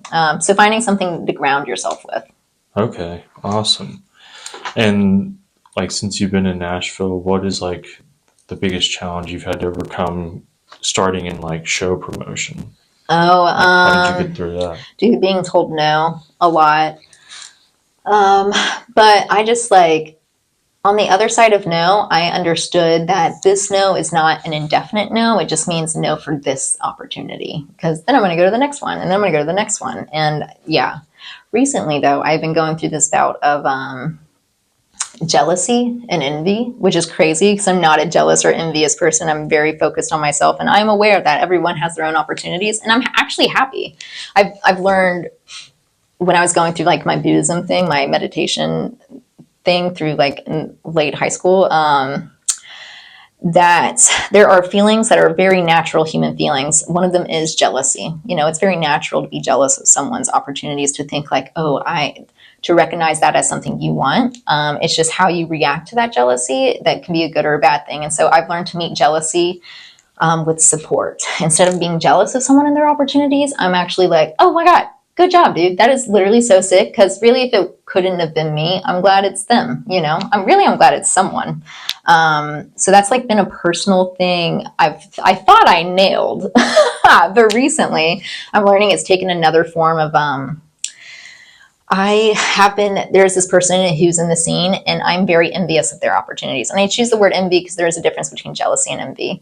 But I have been envious of the opportunities they get, and they don't seem ever very happy with the opportunities they receive. But I'm like jealous of them. So I'm like, I don't understand why they're not happy. But I did derive, this is where it's like a weird envy thing. I did derive some satisfaction from them not being happy and they're achieving their dream, because that was my dream. And I kind of wanted that, but if they're going to get it and they're not happy, that kind of, whatever, maybe they didn't deserve it. I think that's how I internalized it in my head. But I'm realizing that like, oh no, that's like not it at all. It's really that, what made me recognize all this is this person started growing again, and they started being happy about, like, they started getting opportunities and actually going after their stuff. Instead of being depressed, they actually grew, you know? And I think their lack of growth is what didn't make me happy, but it just made me feel better about myself is what it is. And so that envy, which I was envious of them. And the way they weren't handling their opportunities did make me not happy, but it just made me happier for me not being able to handle my opportunities. And recently they've started growing again and getting opportunities that make them very, very happy.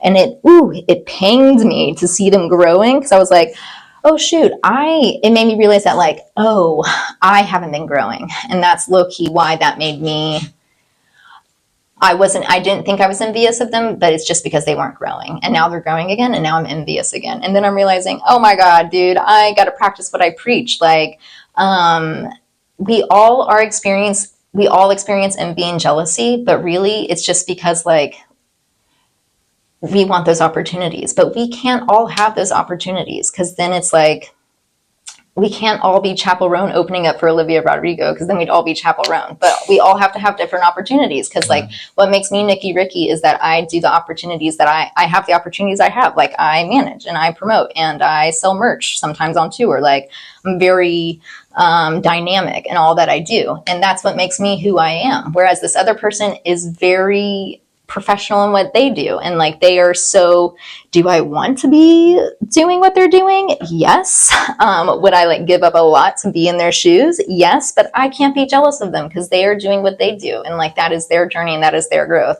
Oh, but buddy, that has been a big one to learn and to deal with recently. But I think lots of artists deal with that. Like that is an artist thing. I can't remember what your original question was, but I think it was like, what is one of the biggest challenges you've had to overcome in the process of doing what you do? Yeah, and it's jealousy and envy and not comparing myself to others. But I think that's like lots of artists. Actually, I'm going to go ahead and tell you, almost every artist I've ever worked with, whether they're small, big, whether they're my friends or not even my friends, they're traveling here for a night, everyone is comparing themselves to each other. Like it is rampant, and it's like, it's just so funny because I want to bring it back to my lesson about envy and jealousy. I was so envious and jealous of this person because I thought they just got whatever they wanted.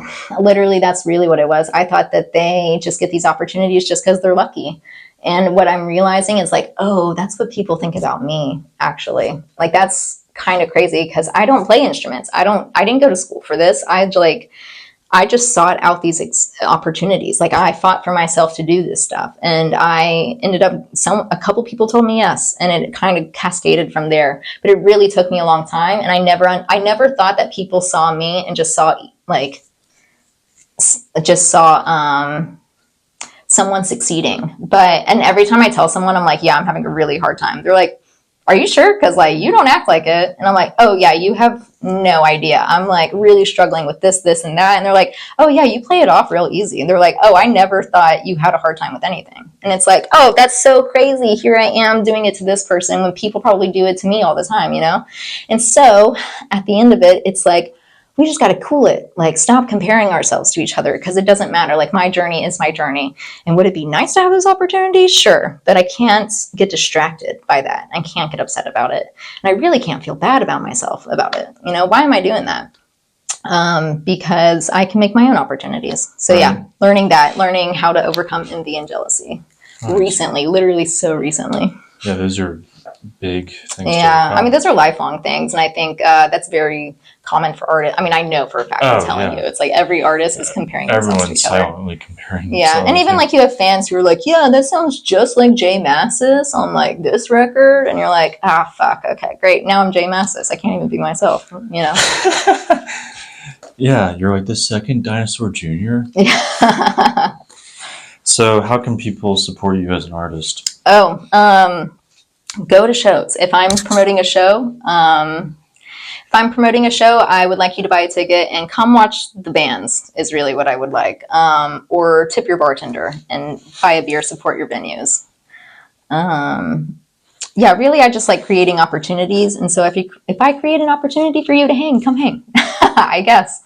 Or if you want to chat about, I don't know, I'm not saying I'm taking new clients or anything, but if you do feel like you have questions about things, you do have resources around, and I can be a resource for some people, you know, if they want to know more about something. Or a lot of this is just like my opinion, and it's just my experience in the industry. I'm sure if people went to school for this, they would have just been taught this stuff, but like I've actually lived it. So it's a little bit, I can say things in a different way than a professor or a book can, you know. Definitely. Yeah. Speaking from experience. Yeah. From like and having my ass kicked a couple times. Happen to them. So yeah.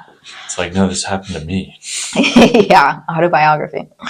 Okay. Awesome. So how do you, changing subjects here, how do you like to consume media? Do you like watch movies? Do you like read? Do you like YouTube? I love pop culture. I'm a pop culture fiend. I'm like addicted to pop culture, which is ridiculous. It's funny to even say. I thought everyone was into pop culture, and I'm realizing that like, oh, people don't watch movies. Like there are some people who just don't watch television, and they don't care about things, and it makes me feel silly for caring. But no, dude, I love pop culture. I love culture in general, even of different countries. You know, when you go to Canada, there are artists in Canada who are Lana Del Rey level, but we don't know their names in America because our pop culture is so strong. American culture is our biggest export as a country. I say that all the time. Like, fuck steel, fuck whatever. It's media. And so I find our pop culture fascinating. But then I also find other countries' pop culture fascinating, you know? But yeah, we just kind of nail it. Nice. Do you like to watch anything on YouTube? Yeah, YouTube. Not really YouTube. I'm more of like, I'm trying to think. What am I into? I have been watching. It's all about what subscriptions you have too, isn't it? And I'm realizing that right now. I've been watching Hulu a lot, and so I'm trying to think what's on Hulu that I'm watching. I watch like lots of crime docs right now on Hulu. I don't know. It's like Halloween. True so crime. Like, yeah. And I'm also watching horror films. Let's watch this movie or this documentary on the serial killer. Yeah. It's the season. Yeah, I love relaxing to the sounds of fucking John Ganweezy. What Pogo the Clown? Yeah, there you go. Yeah. What horror movies have you been watching? Horror movies? I love House of a Thousand Corpses. Oh, yeah. Is that a Rob Zombie thing? Yeah, Rob Zombie. This is where I do like love. I let my musical influence kind of direct me sometimes. But yeah, that's great. There was one on Netflix recently. It was like a 7 House. I can't remember what it was called. That was a really good one though. I don't know. I'm trying to think of like random stuff. What crime documentaries have you watched recently? The Menendez brothers. Oh, that's all. Did you watch that on Netflix? Yeah. Okay. It is kind of like, I don't know, sometimes it's triggering. That was kind of like triggering. I don't like watching someone's worst moments, but it is fascinating, I guess, like to be a human to watch that. I feel really bad for them. So someone's worst moments is in going to court and being like sentenced. Yeah, that's so awful. This also ties into the fame thing. It's like they're not fucking famous and they're probably not wealthy after that shit, you know, but everyone knows their business. That's pretty awful. It kind of just makes me feel bad. They murdered their parents. Yeah, but yeah, no, you're so correct. They murdered their parents, but their motives for murder was sexual assault. And you know, and that's if they talked to someone about it, maybe they wouldn't have murdered their parents. But now they're in a courtroom and they got to talk about it. And in front of like fucking every national television network. And that's just like, ooh, it pains me. And now it's a Netflix documentary. You know what I mean? It's like, ooh, watching that pains me. But like also I'm like kind of into pop culture and everyone's watching it. So I'm like, I feel like I need to watch it. But it affects me. I'm like, oh gosh, hard to watch. Yeah.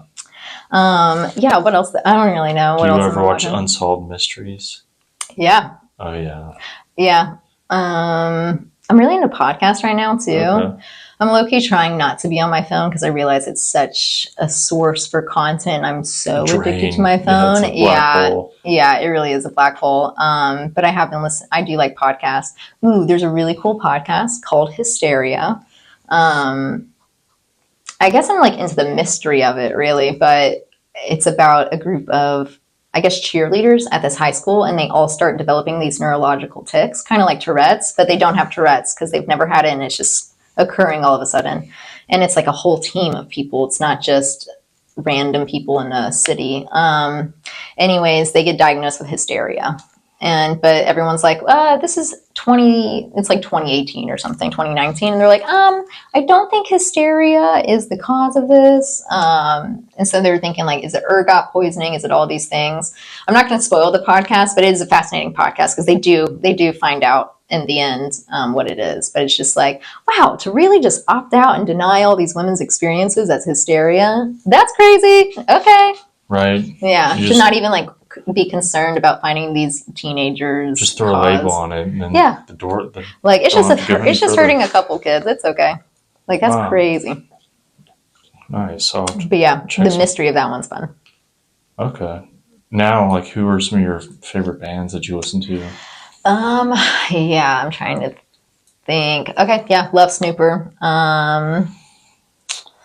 There's a band called Attaboy, and I actually have tickets to go see them tomorrow in Atlanta, but I will not be able to go, which is a bummer. But Attaboy is really good. They're from LA. I saw Upchuck last night.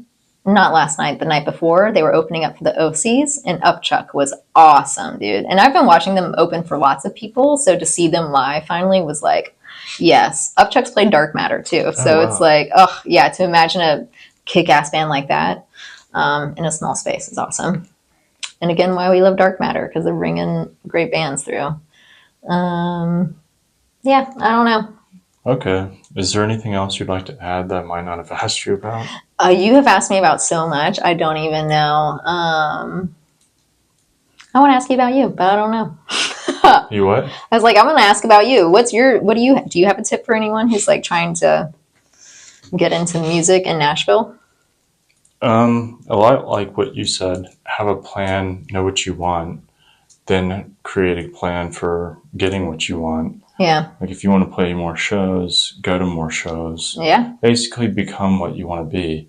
And like if you want people to come to your stuff, then you got to go to their stuff. Yeah, reciprocity. If you want people to buy your merch, you got to buy their merch. Mm-hmm. You know what I mean? It's a give and take. Yeah. And practice every day. Yeah, practice. Yeah. See, that's it. Some people, I feel like when I first came here, I had such high expectations for the work ethic everyone had. I had like unbelievably high expectations. Yeah. I just thought everyone practiced all the time, every day. And then you learn some people are just naturally good and they just do it. Well, that or they don't work as hard. Yeah. You know what I mean? I just assumed if you're in Nashville and you're playing shows, you must be working your ass. Like you must have all your shit together. You must, I just assumed everyone knew what was going on. Yeah. How to operate. Yeah. Were perfect at what they're doing, going after what they want. And I just thought, like, how do I break into that? And I realized a lot of people are, there's more on the surface that you see than what's really going on. Yeah. Like, not everyone's going to be practicing as much as you think. Not everyone is like, because you see them playing shows, it does not mean they're making money. Yeah. Like, I had such a high expectation. Yeah. And I was like, wow, not everyone is like. Yeah, really not everyone hungry. is. Dude, that's it. It's the hunger for it. Yeah, you gotta have hunger, and you can't let no stop you. Not saying like you you kind of, like you said, work around it. Yeah. You're getting no for this time. But Yeah. that doesn't mean the next time or that what you have to offer is bad. Yeah. You know what I mean? Yeah, it just means that maybe that person who said no, maybe they're not going to be your boss, and then you move on to the next, And you know? plus, no is a good thing because you want to have you want people to have a taste for what you have to offer. Yeah. If they like everything, then what does that say about you? Yeah. Nothing. But if they don't like you and they like something else, now you've found your niche. Mm-hmm. Now There you you've go, found dude. less people that you need to worry about. You know what I mean? Yeah. It's like all about getting down to like the essential of who you really want to like you. Yeah. You know what I mean? If you want everyone to like you, you're probably going to be miserable. Yeah, that is for sure, you're probably dude. Gonna be really miserable. Yeah. You're talking to a recovered people pleaser over here. So oh, really? I'm like, I'm like just learning how to, boundaries and boundaries. Yeah. Definitely. Yeah. You have to learn, like, not everyone's opinion has to be good in your corner. Not everyone has to like you. You don't have to please everyone. Yeah. You don't have, like, I would say that's a lot of things. It's like, know that what you have to offer was given to you, divinely, and only you can see it. No one else can see it. Yeah. So don't expect other people to know what you're going after. Yeah, or to see it or to understand it. Exactly. Yeah. And I would say don't expect anyone to understand. Yeah. I would say you are the vessel with which you carry your dream, your passions, your hopes, your desires, your ambitions, your creativity. Yeah. I would say you are the sole vessel for that, and it's up to you to make it happen. Yeah. Yeah. Going to that point, because you're like, are your parents into music? My parents aren't into music, and they low-key are still expecting me to get a real job. Like, they're just like, when are you going to be done with this thing?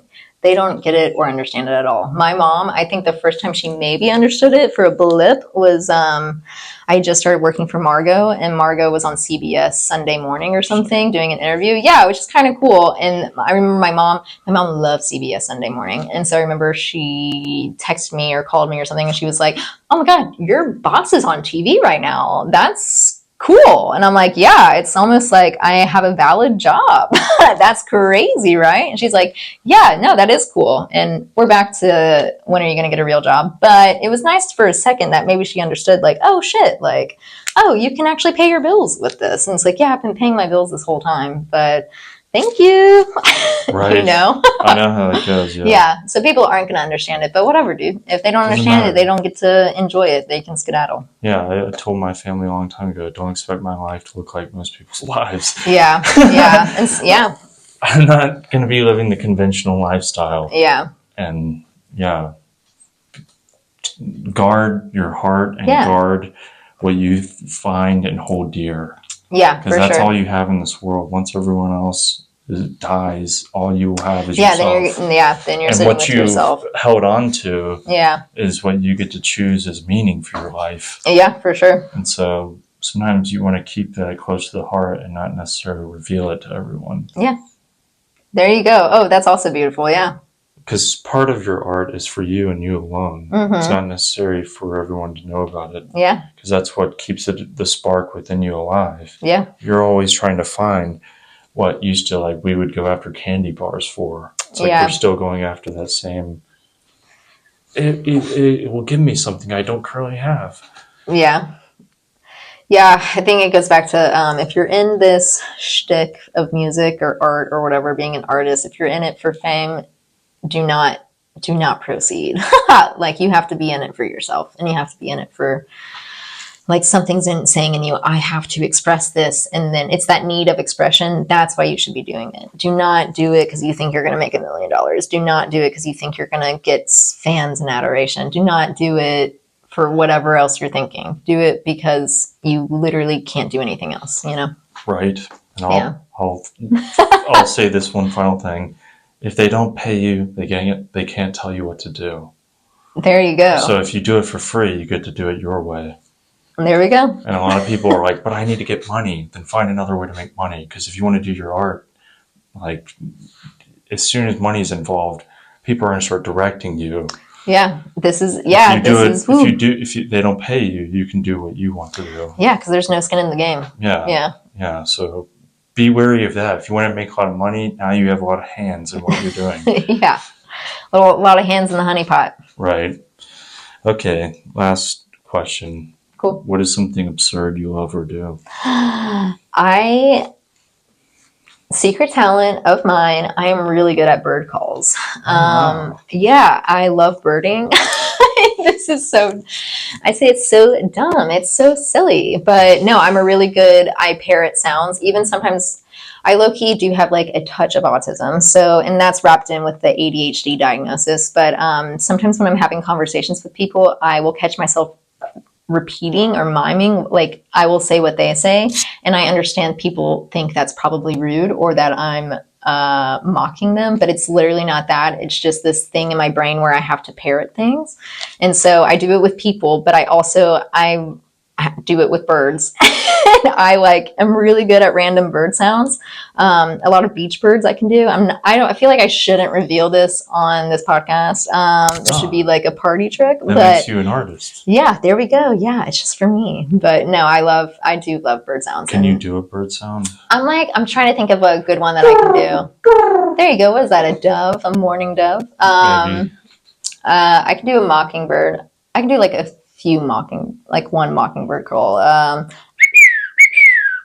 And then that's just like I don't know what kind of call that is for mockingbird. But then what else? There's how I discovered this, or how I knew that like this is a talent that other people don't have, is because I was at a wedding and someone, literally, I'm not even joking you, someone was having a conversation about how do seagulls sound? How do people make seagull sounds? And I was like, y'all know what a seagull sounds like? I grew up on the beach though, so I'm like, a seagull sounds like this. And I'm like, ah! And everyone was like, what the fuck just happened? And I was like, that's just a seagull. That's what a seagull sounds like. Don't you know? And they're like, can you do that again? And I was like, and they were like, what the fuck? That is unnatural. And I was like, you can definitely do that if you try. And they're like, no, I can't do that. And they all try and they like can't do it. And I'm like, oh shoot, I think I just found I think I found a hidden talent. That's crazy. But actually one time I was doing a play in middle school, and the teacher had to buy a CD of bird sounds because there was a bird. It was the Secret Garden, and there's a bird character that prompts other lines, and they needed to buy a CD, but they didn't because it was like $26. And so they're like, can anyone do bird sounds? And I was like, oh, I can do bird sounds. And so I was just like, I don't know, doing bird sounds into a mic. Dude, it's so silly. It's so stupid. But it's like, yeah, this is a little talent of mine that I just have. You know, that's great. When was the last bird that you had a conversation with? Oh my God, in my backyard earlier this morning? Yeah, no, I literally, it's a blue jay. Blue jays are kind of aggressive though, so it really doesn't take much. You can kind of just do whatever sound and they'll be like, this is my yard. And they'll like, yeah, no, really though, they really do get at it. Yeah, I've got a blue jay that he's got a couple nests, and then I've got some cardinals too. I don't really know what a cardinal I can call, like if I hear it, I know it's a cardinal. I can't do the sound yet. What's the sound for a blue jay? They're like, ah! I'm like, oh God, dude. Oh, this is me at the wedding where I'm like, yeah, all these sounds. Blue jays are more harsh. They're kind of like, like,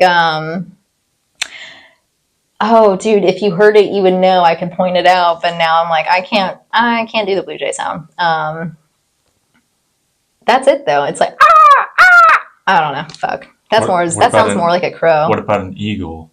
Yeah.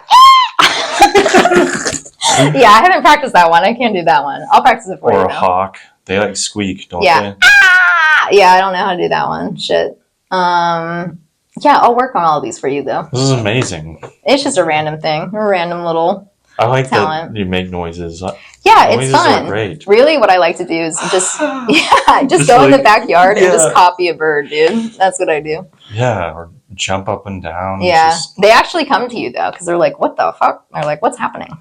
Wow, yeah, I'm gonna try that. Yeah, next time I just copy the birds. Yeah, and then bring them down, and then they'll sit on my shoulder. Yeah, Snow White. And then Jordan White. We'll go on our adventures. Yeah, there you go. Cool. Well, thank you, Nicki. Yeah, thanks, Jordan. Awesome. This is cool.